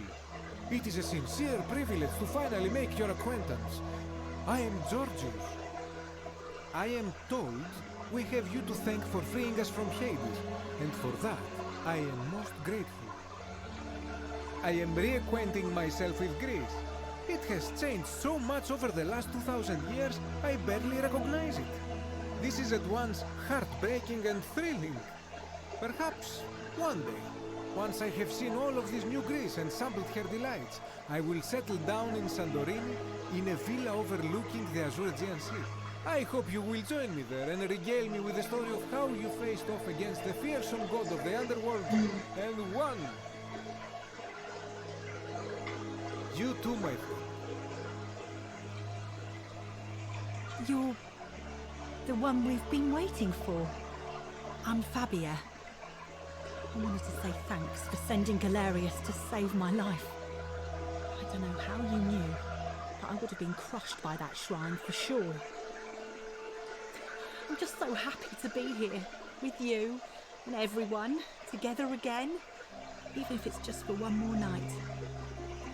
Well, it's not like I have to work with all the silver Charon gave me, so I just do what makes me happy. Oh my god, Mostly that means baking for my friends and looking at memes while binging TV shows in yoga pants. What a time to be alive. Oh, she was just explaining me. Thank you. Except for I really am. You too. there was a lot of people we saved during it, so this Some bitch soiree, right isn't here. it? Oh, hello at last. You must be the oracle I've heard so much about. I'm Dacius. Listen, I wanted to express my sincere appreciation for what you did. If it wasn't for you, I'd never been able to sell all those useless old relics I accumulated. Whatever you did in that temple made me a very wealthy man. Thank you. You need to thank me is entirely Such a unintended. acerbic wit. I love it. I took the money I made from selling my trinkets and started investing in the stock market. That's where the real money is now. In fact, I was hoping to ask your advice, you being the oracle and future seer and all that, on which stocks I should invest in next. I can't decide between fossil fuels, tobacco, gambling and arms. What would you recommend? I can't really see the future. Don't be like that. You can tell your old pal Dacius. I won't take no for an answer. DVD rentals have a bright future. Broadcast television is going to be next thing. Print media is going to make a huge comeback. Either one. Oh, of course, yeah. I was just thinking the same thing. I'll go home and buy up as much stock as I can tonight. I'm going to make a bloody fortune. This bitch. Of course, don't let me keep you. Thanks again for the tips, my friend.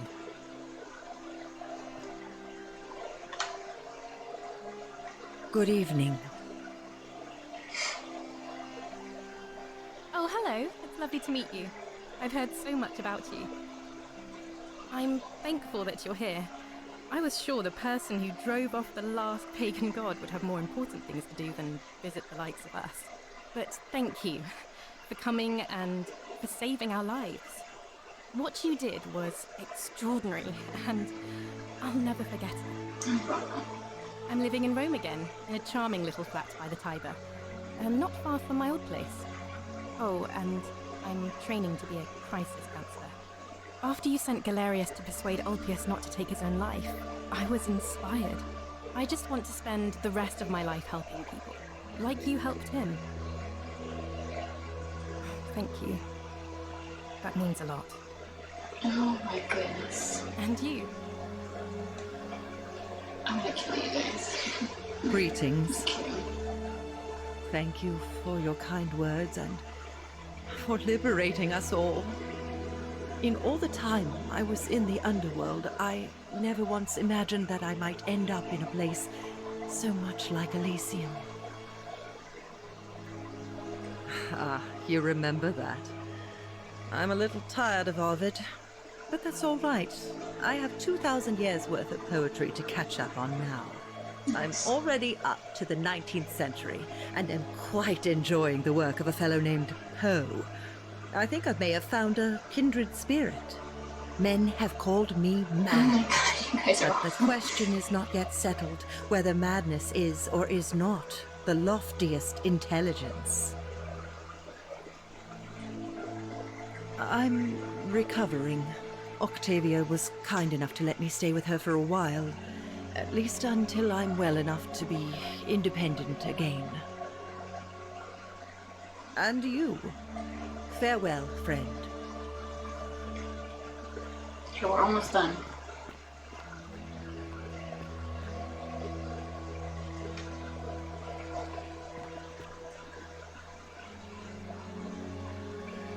It is an honor to finally meet you, Oracle. You know my name? Oh, of course. You are an Oracle. You know many things. Oh, I everybody too stop would calling like me to the offer Oracle my from now thanks on. for releasing us from that case, and for your role in bringing us here. This world is truly wondrous. For a time, I returned to Alexandria, but they have no need of another fisherman. And I came to see there is nothing for me there. Instead, I have decided to follow the custom of your youths and backpack the world. It is a great adventure, and I have met many people from many cultures. I spent the first 25 years of my life avoiding the 42 sins that would deny me access to the afterlife. Now, I think it is time I had some fun.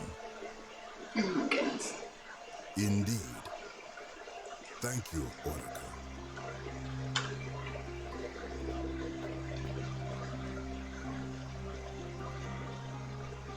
Nice to meet you. I go by Rufus now. New start, new name. Oh, and thanks, by the way, for what you did. Sorry, I'm no good with the mushy stuff. The mushy stuff. I live with Virgil in Rotterdam. Not far Whoop from whoop, they where got I grew up. together. It's very modern. Destroyed in the war, and it rebuilt itself. Good place for a fresh start. Haven't decided what I'm going to do with my life yet. Okay, I don't know if they got together. An adjustment at a time. How's your face is upside down, so shut up. Look us up next time you're in the Netherlands. We're grateful.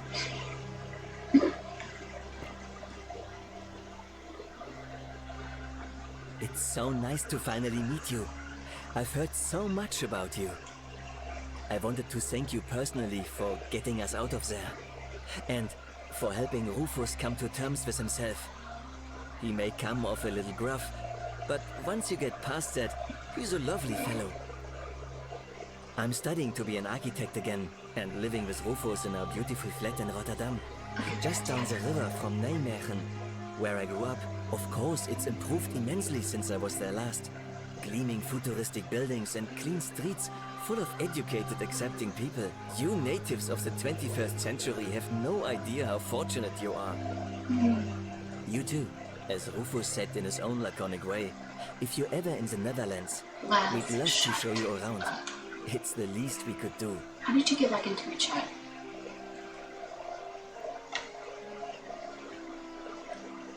Hello there. Oh, I go by Gabriella now. I didn't want to be reminded of that monster every time I heard my own name. After you drove Pluto off, Proserpina came and released me, and that monster got what was coming to him. Don't worry, nobody did. I'm living with Ulpius on a little vineyard in Umbria. It's even more wonderful than I dreamed it would be. I'm so grateful to you for making sure he's still with us. If you're ever passing through the region, I hope you'll come and visit us. You can try some of our very own wine. Yes. Thanks. You too. I like her dress. Those fucking shoes though. It's nice to finally put a face to the name. I'm Ulpius. I understand I have you to thank for sending Galerius to save my life. The way you just showed up out of the blue and stopped me from making a terrible mistake. I'll be forever in your debt. I'm living with Gabriella in Umbria. We finally bought the little vineyard we always dreamed of. It'll be a little while before we know what we're doing, but every day I look at her and this extraordinary new world with all its beauty, and I think, what if I'd given up hope? And missed out on all of this.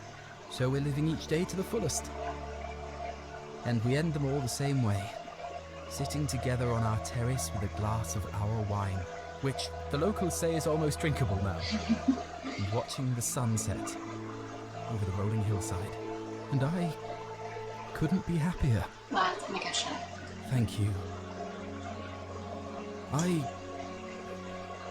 wouldn't be here without you. You too.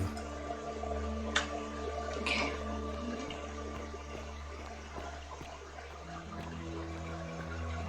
Ship. You wanna check out the ship?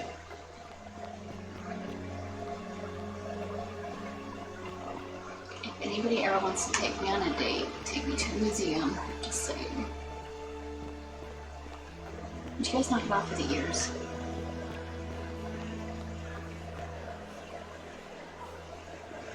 There you are. I hope you enjoyed that. Now, there's one more person I wanted to introduce you to. I think you know her. Sorry if I frightened you. Just a little joke I've been saving for a long, long time. Allow me to introduce myself properly. I am Proserpina, former goddess of the cycle of life and renewal, and now a regular mortal. I wanted to meet you in person, and thank you for freeing all these people, and me. I hate to think what would have happened to us without your intervention. Indeed. Suffice it to say that while Pluto was controlling the eyes and ears of each golden statue, I was able to control their tongues, and whisper to you when he was distracted. I am sorry my messages were so cryptic. There were only ever brief windows in which I could speak to you without being detected. I did. I may have given up my immortality, but I still retain my gifts as the goddess of the cycle of life and renewal. After witnessing Pluto punish countless poor souls over thousands of years, I knew this generation, the final wave, would not survive. So I tried to give them a way to buy more time. Yes. A second chance. Rather, as many second chances as they needed to avoid his wrath. So I whispered to Sentius in secret, telling him the prayer required to create a portal in my shrine. I knew the danger of humans being corrupted by godly power, and so I put a safeguard in place. I required the creator of the portal to sacrifice their own life, so that it could only be used selflessly to help others. What I did not anticipate is that Sentius would retain his accumulated memories from each previous day, and as a veteran soldier he had long since shed his fear of death. He quickly discovered that he could, in effect, prolong his own life indefinitely by exploiting the cycle. Of course, once I had taught him the prayer, I could not unteach him, and there was little I could do but wait for someone like you to come along and see him for what he was. Okay, Beau, You're all fortunate you came along when you did. museums. I don't know what happened to him. I haven't heard from him, and I rather hope it stays that way. She's only ending for him. Oh, she inherited dominion over the underworld. Last time we spoke, she was working on a new world of some kind. She wouldn't say what it was, but I'd be surprised if you don't run into her again. I imagine we all will, one day. And you, although it feels like I've known you forever. Oh, and one last thing. Do you remember all those golden statues scattered throughout the city? Good, because they remember you. Well done, my friend. Of all the heroes who ever journeyed to the underworld and returned, none came close to achieving what you did. Hercules, Orpheus, Theseus, and Aeneas would be proud. They made a statue of me. Bam. Right in the center. Yeah, so there's 4 endings.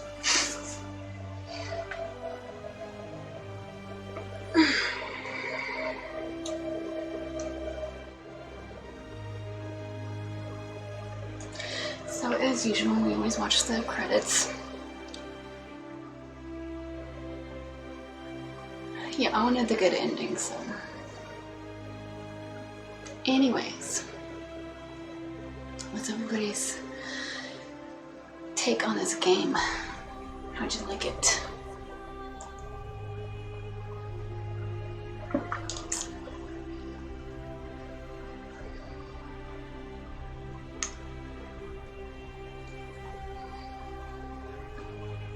Did everybody enjoy it? I know it was a repeated game and stuff, but that's because you came in the second half of it, Trevor.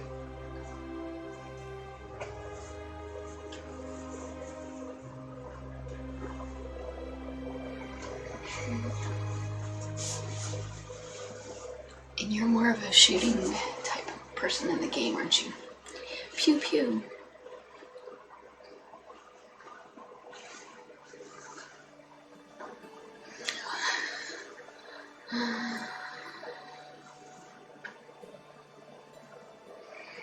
Pew pew.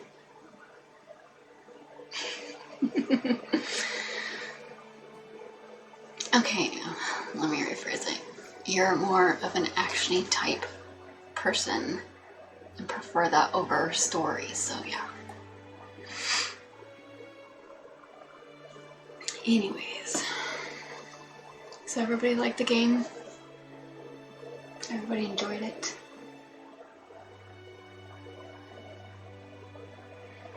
I'm glad everybody liked it.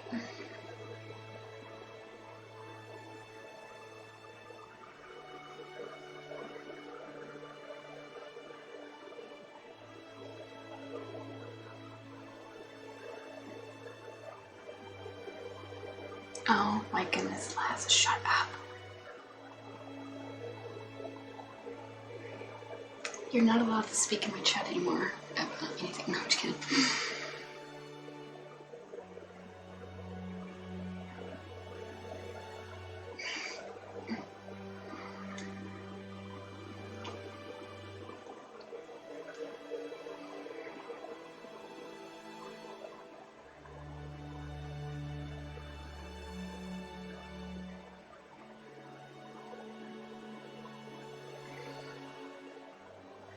They were all dolls, except for obviously the ones living in the villas and stuff.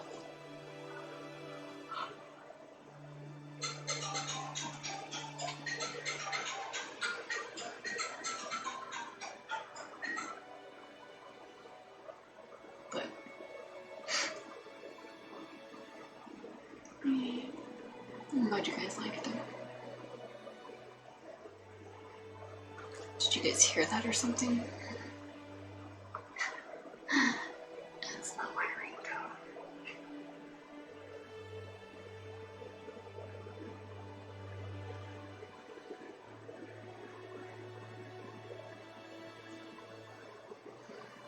Well, anyways, yeah, sorry. I can't prevent every sound. And I didn't know it was going to go off at that time because I didn't realize it was this late.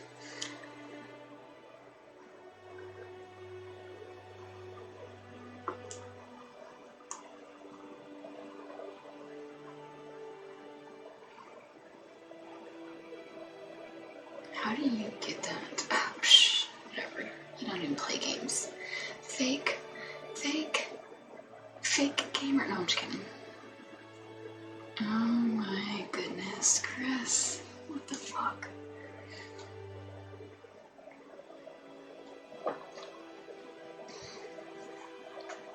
You guys are killing me. Oh, look, Ezio.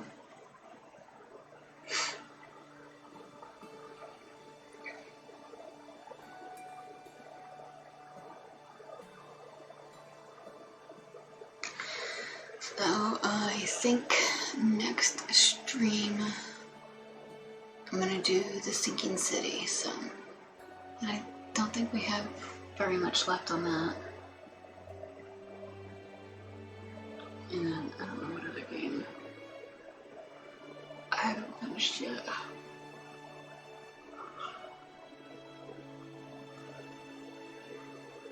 Or which game I want to play next.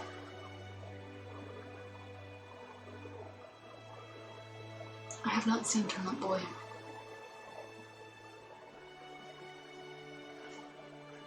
Did it freeze?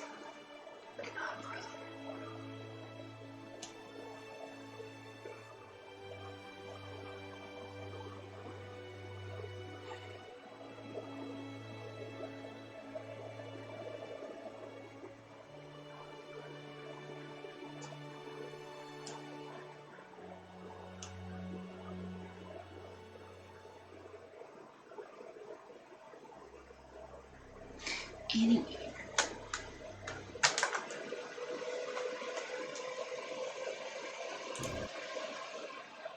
I'm glad everybody enjoyed it.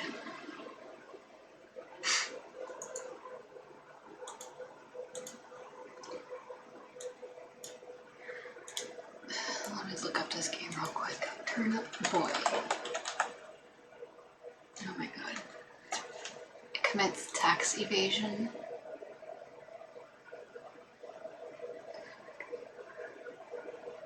I'm just gonna put it on my wish list for later.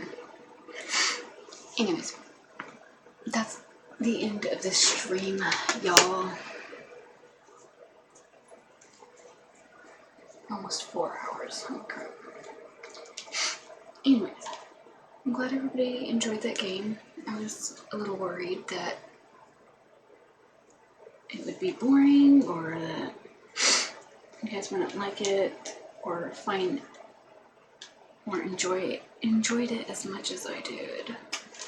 But I'm really glad that you guys like it. So I'm really glad that you guys liked it. So anyways, yeah, with that, I'm gonna call it a night. And thank you all for spending your evening or nighttime with me. I appreciate it very much. And what else? What am I missing?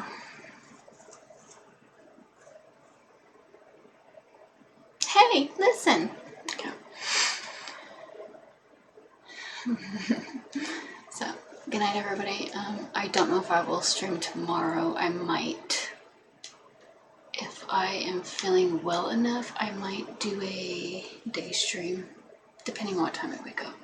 I might do a day stream tomorrow. Play more of the Sinking City.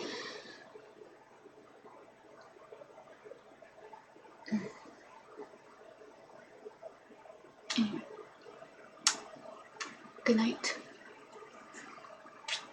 And I hope everybody has a good rest of the week if I don't see you. But until then, peace out. Is there anybody on? Nobody is on. Okay. Anyway, good night, everybody, and I'll